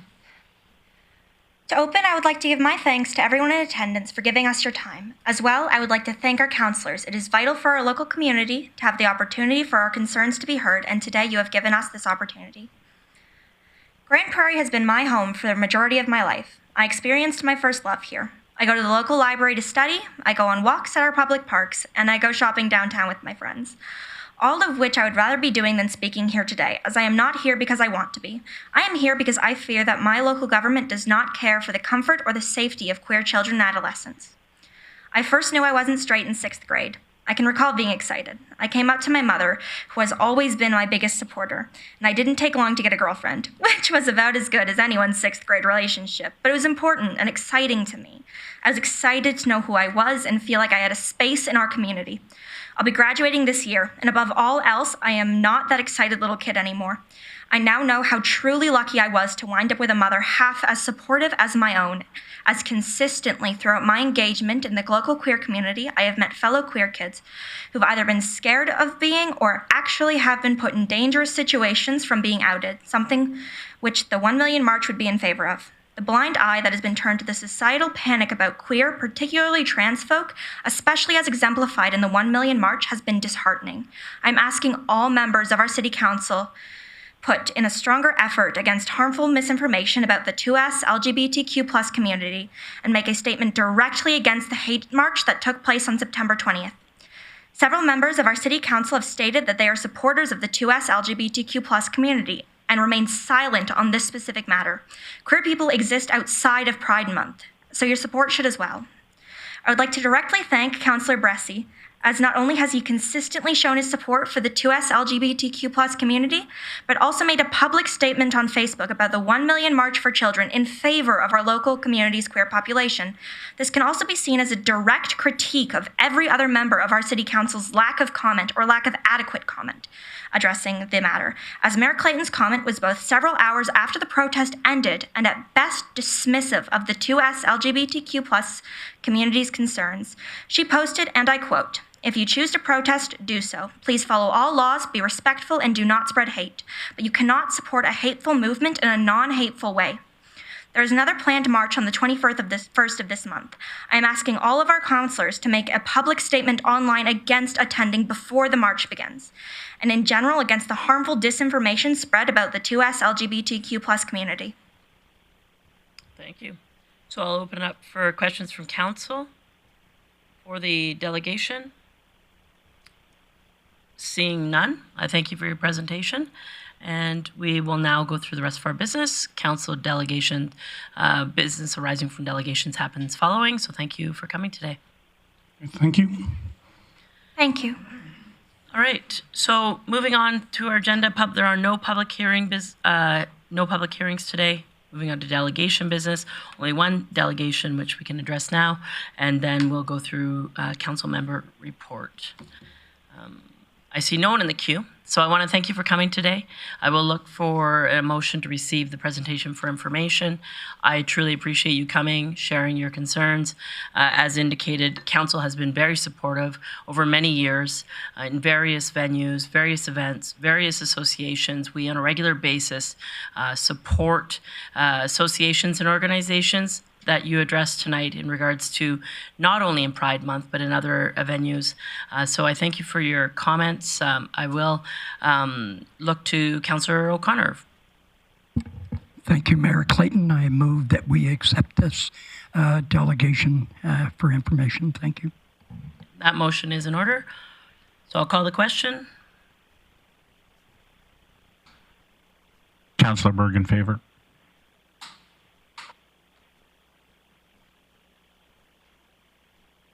And that carries unanimously. All right, so moving on to council member reports. I'm going to start with Councillor Thiessen tonight. Thank you very much, Mayor Clayton. Over the course of the last 2 weeks, I was finishing off my deputy mayor tour of duty, which was really awesome, but I will update council on my external committees first and foremost. So on October 11th, I had a meeting of the Water North Coalition just out at the Terra Center. And discussions ranged with the province around the lack of qualified, certified water operators, not only across the province, but across the country. So this is really a really glaring and alarming trend that we see with a member from the province, Oki Okiyama, stating that he he saw in his stats that about 40% of our water operators were hitting retirement age over the next 10 years. So if you know anybody who's looking for a good trade, I know once you're certified, it's a guaranteed six-figure salary going out there. But this is something where a lot of the discussion from the different partners that were around the table at Water North Coalition were discussing about getting out to trade fairs and really pushing this, because in 10 years, we're running out of time to get a certified operator, which typically takes about 3 to 4 years to get. So we could be looking at a big shortage there. Luckily, Aquaterra is still fit, but they're also looking out there as well. I also had a big WPAC summit from Water North Coalition. I drove out to Drumheller for the annual WPAC Summit, where we have an interface with the government, both ADMs and the ministry, discussing environmental and water issues across the province. Not only do we talk about our work and everything else, but we also talk about the needs of the watersheds. Now, this is an important meeting that we had last year, which actually increased the amount of funding from the province to watershed groups by about 1.5 times of what they had cut us back from. So that was good. Some of the discussions around this were, hey, we need more instrumentation and better ways to do monitoring minus the costs. So we got the staffing costs under control, and the work that we're doing is all really great. But again, this is a big province, and so many hardworking individuals and volunteers trying to ensure the water stays clean. Also had a Finance Committee meeting with Grand Spirit Foundation, as well as the North Zone Gathering, to elect our representative for the provincial chapter there. This is something that Grand Spirit always sends 3 members, as we have 3 votes to set our representative. Unfortunately, the guy that we were backing, Winston Delorme, did not get elected to VP as he was challenged, but we're working forward with that, knowing that we have great voices coming out of the north that represent Grand Spirit and other housing management bodies that will be able to work with the new leadership in the North Zone and move from there. Of the other events that I had, we had the FCSS gathering, where we discussed things that the City of Grande Prairie is doing well and things that we could be doing better. It was an excellent conversation. I think Councillor O'Connor was there with me for a bit. I stuck it out, and lots of great ideas there, and I'm sure Council will see what the report generates from our Community Social Development Department. But thank you to our administration there for facilitating that, and for all the community group partners that came out to express kind of what they thought we're doing right and what we could do better. Speaking of that, of course, many of us took part in the Engage GP event at the Eastlink Center. I had many great conversations. I kind of wish I could have been there longer because they were that good, but I had to run off to the Sisters in Spirit Walk, which is a very very important event that's been happening here in the community of Grande Prairie for the last 14 years. As Deputy Mayor, I was able to give greetings and do the proclamation reading for missing and murdered Indigenous women and children and two-spirited people. To be quite honest, I was a bit emotional at the time. My friend Delane, I was standing in front of the rocks, so normally I'm pretty smooth when it comes to going off the cuff, but that day was a little bit different, and I think rightfully so. Other than that, I just want to give out big props to our mayor and the Reeve and the Reeve of the MD for putting together a great State of the Region address to our community members. Not only talking about the good things that Grande Prairie is doing, but the county and the MD as well, and showing very clearly that we are all in this together and that our partnerships have never been stronger. So thank you to the mayor on that, and that concludes my roundtable. Thanks for that, Councillor Thiesing. Councillor Bressy. Great, thank you, Mayor Clayton. It was a busy few weeks as I got to attend my first executive committee meeting with Alberta municipalities, and I'm in the learning curve there. And also today I had my first day of ICD and I had to do a lot of reading for that. But very excited to have a new role, and very excited to be learning how to be a better director of various organizations. So I didn't get to get out to nearly as much as I would have hoped to over the last couple of weeks, but a few things I did get to do.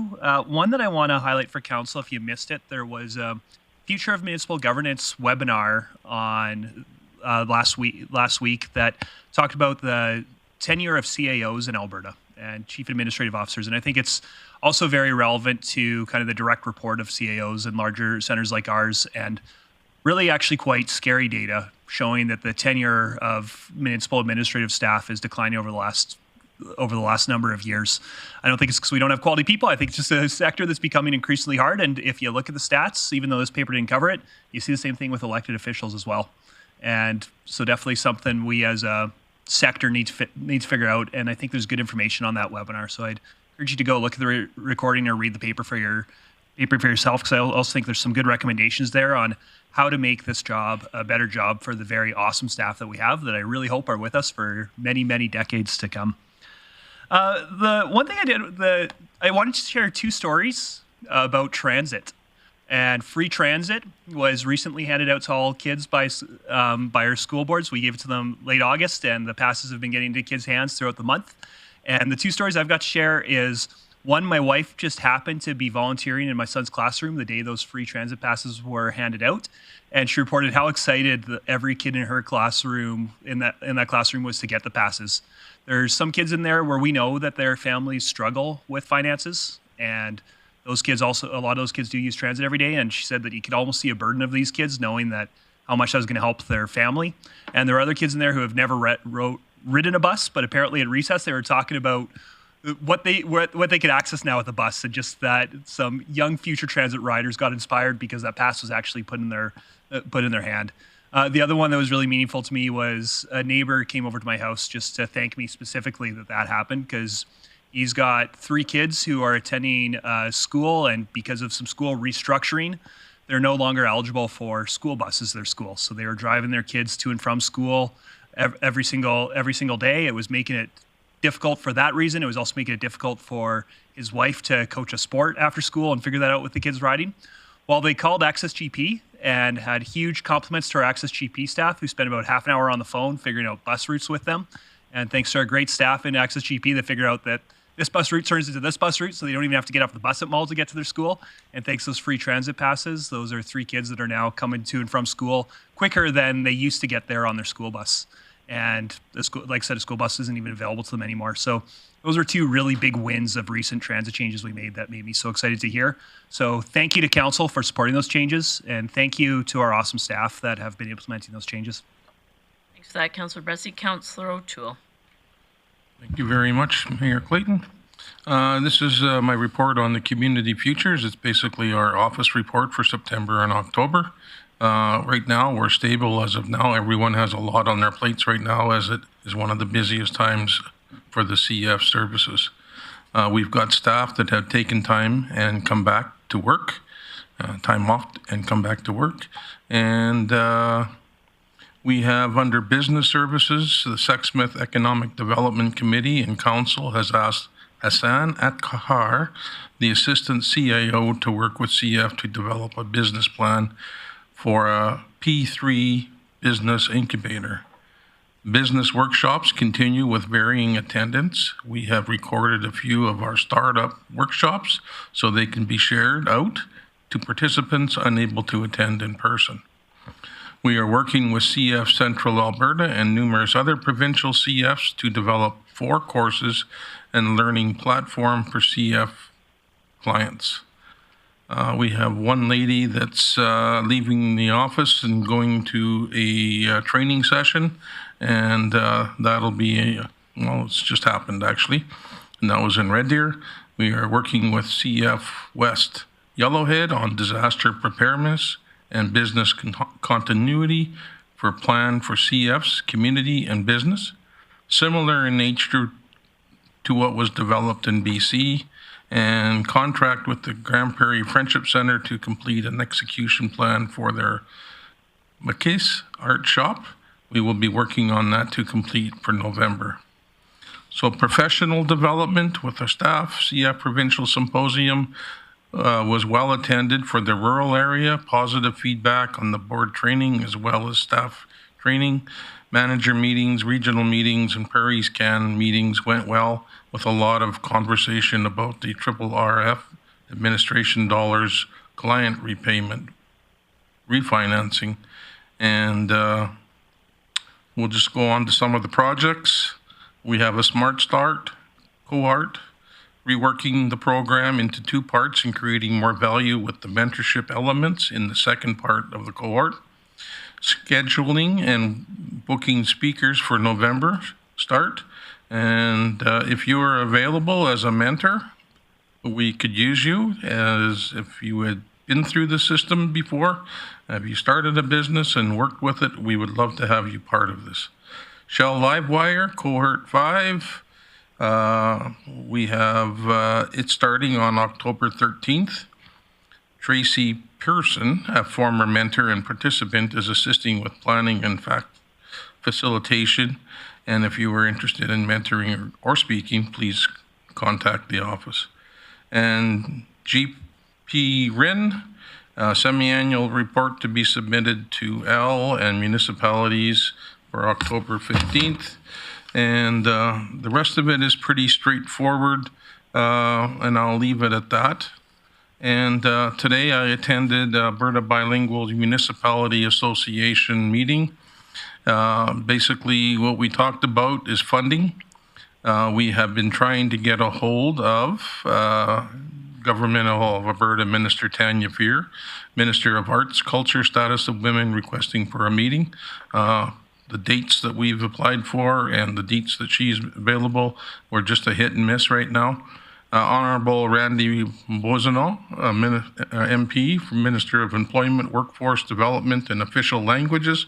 Same thing, they're very busy. And we also have contacted Senator Bernadette Clement, and she's a senator of Canada.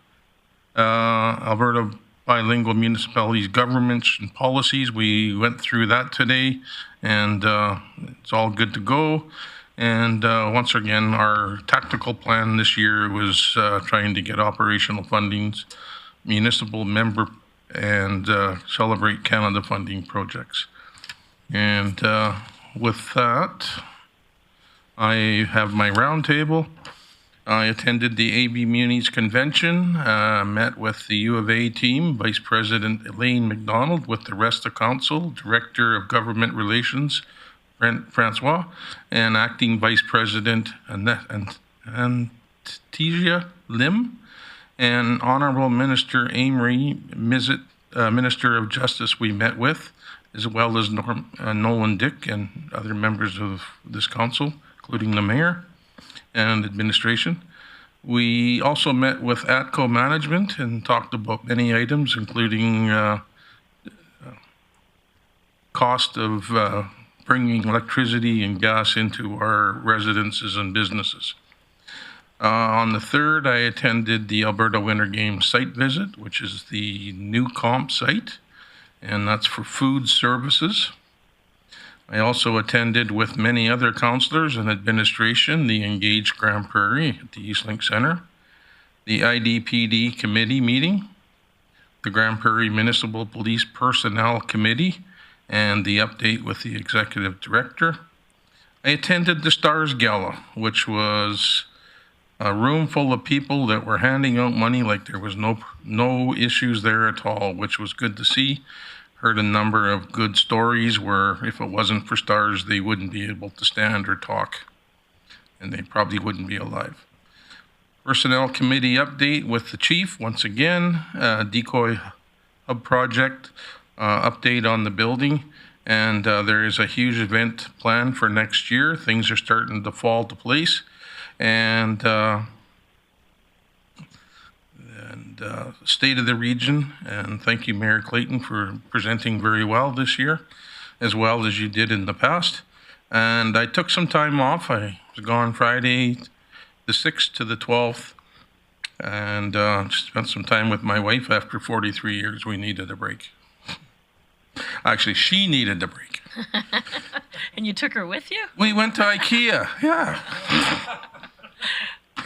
And just once again, I attended the Community Futures meeting and the monthly committee meeting for the Grande Prairie Municipal Police, as well as the monthly commission meeting with the Grande Prairie Municipal Police.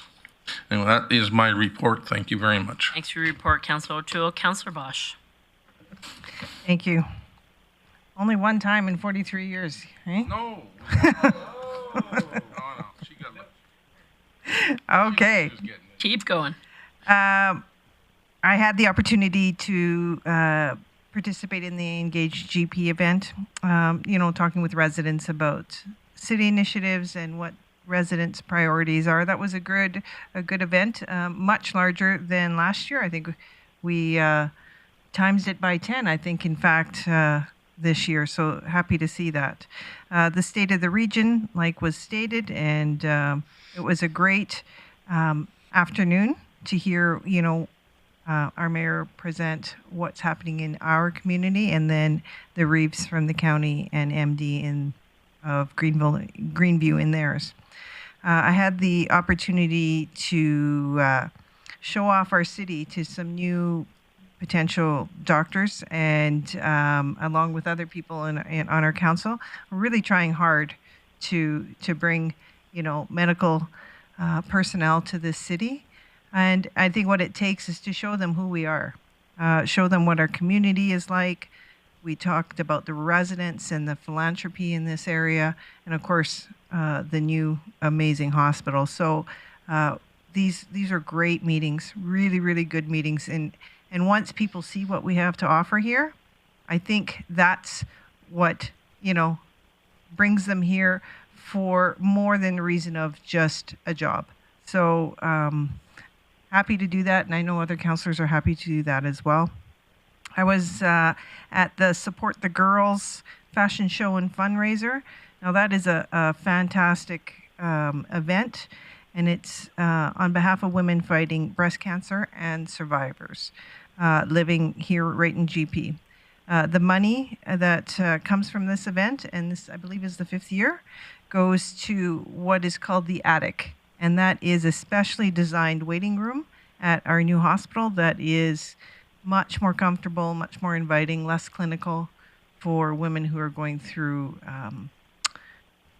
parts and pieces of diagnosis and, all the waiting time and everything that has to deal with testing and going to the hospital.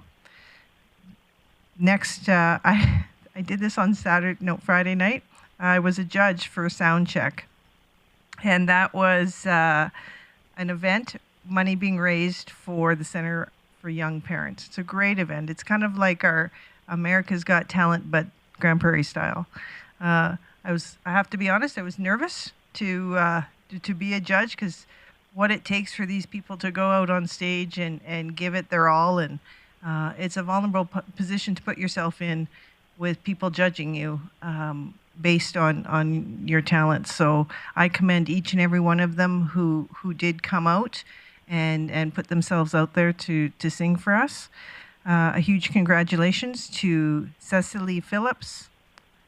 She won the showcase, and that will get her a recording and radio time. So that is huge. That is not easy to do. And this Dayton of this time period. Like, it's hard to get on the radio for people. Second was Vonda McDermott. She does a fabulous job. She does some busking in the core for us often. And third was Matt Stranger. So congratulations to each and every one of them. Cam White was the organizer of this, along with the much assistance of the staff from the Center of Young Parents. So it was a great night. We went till about midnight just in trials. And then the next day after we had to cut, just like on TV, they went into the finals. So a really, really good event for our cultural organizations. And then I'm just going to bring a note, and this was some time ago, but I had forgotten to talk about it, and I think it's worth speaking of. The Hospital Foundation did bring in a fabulous motivational speaker, and she came in to speak not only to the staff at the hospital, but to our Rotary clubs here in Grande Prairie. Her name is Unstoppable Tracy, and she is absolutely remarkable. An inspirational leader, an author. If you haven't got the book, get the book Unstoppable You. It's amazing. And of course, the TED Talk speaker. She spoke with Oprah. She spoke with Dr. Phil. Like, this isn't someone that hasn't seen or spoken at 40 different countries. She's done amazing things with what she's been given in life, and it's something that teaches all of us that you can keep going and become an inspiration to everybody around you. So I did want to bring her up because I would hate to forget somebody that was brought to our community. So thank you to the Hospital Foundation for that. And I think that's it. Thank you. Thanks for your report. Councillor O'Connor. Thank you, Mayor Clayton. Participate in Engage GP. Really enjoyed the presentation. Number of people were out there, and I got a chance to meet with a resident, with our chief, Dwayne LaCusta, and we had a very, very good conversation, and some great understanding was had.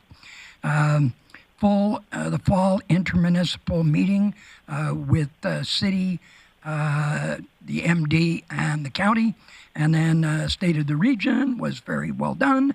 And today we celebrated Small Business Week by doing a walkabout, and we did the Richmond Industrial Park, and had some really great conversations. And that's my report. Thank you, Mayor Clayton. Thanks for your report, Councillor O'Connor. Councillor Berg. Thank you, Mayor Clayton. Collaboration is the theme for this one. Attended the intermunicipal meeting between the towns of Wembley, Sexsmith, the county, and Grande Prairie. Again, as we work as a team on a lot of different things, and as we work as teams, we find greater success. The Grande Prairie Regional Brand Partnerships, we had a meeting on that. Again, this is to take us economically out to the world, and how do we sell the region as one. Engage Grande Prairie down at the Eastlink Center. That was amazing. You never know what's going to happen at these events. But the city staff was well prepared, lots of information. There were some games, and I got the evening shift, so I wasn't able to attend the walk, but it was a great event nonetheless, and really enjoyed it. And the Chamber of Commerce, the State of the Region, again, with the two Reeves and Mayor Clayton. Great information, and again, just shows how well the region works together. So there was a number of those collaborations that really help us as a city get to a broader audience across the province and across the world. And then I was fortunate enough, the Friendship Center had their Spirit Seekers Youth Conference on the weekend. I attended the mayor's welcome on Friday night, and then had the honor of speaking on a leadership panel on Saturday. So that was great. On Friday, they had youth awards for a number of Indigenous youth doing amazing things, rising from nothing and nothing but determination, and really making some great marks on the world. And there's some that I can't wait to see what marks they will make on the world. just great young people involved just here in our community. And I believe that wraps it up.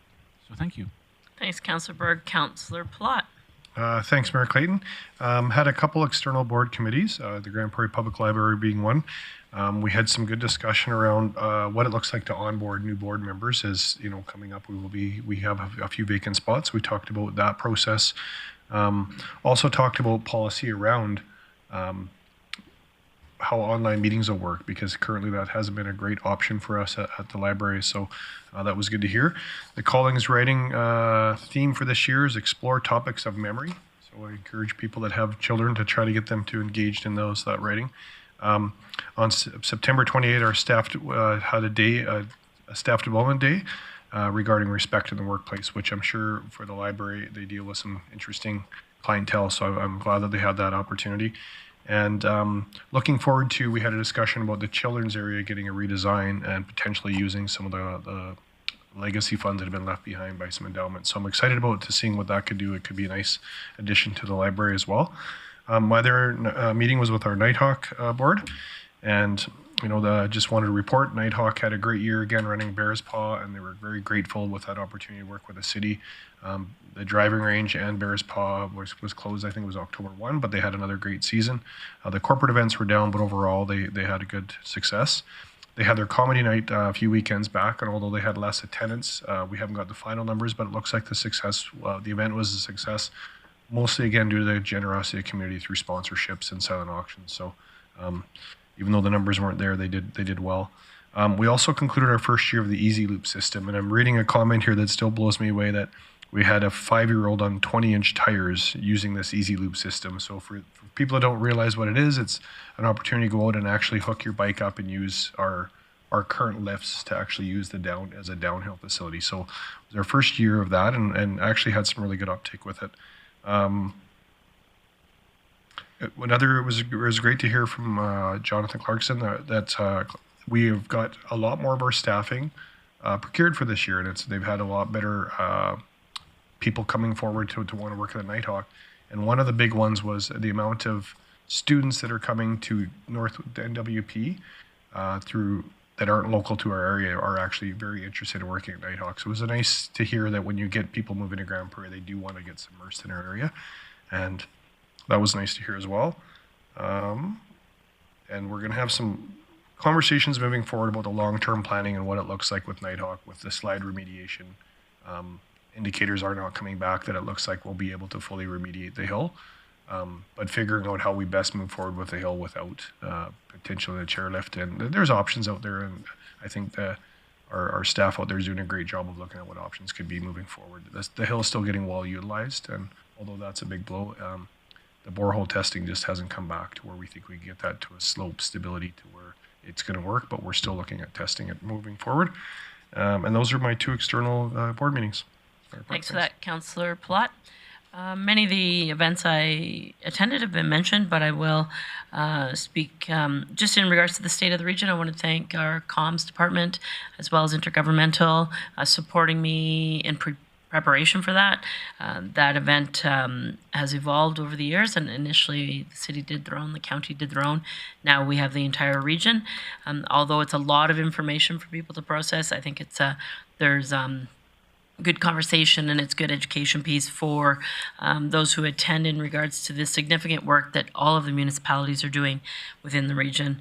Had the opportunity I know a few others did as well, to meet with the COO of Invest Alberta to talk about opportunities for this region.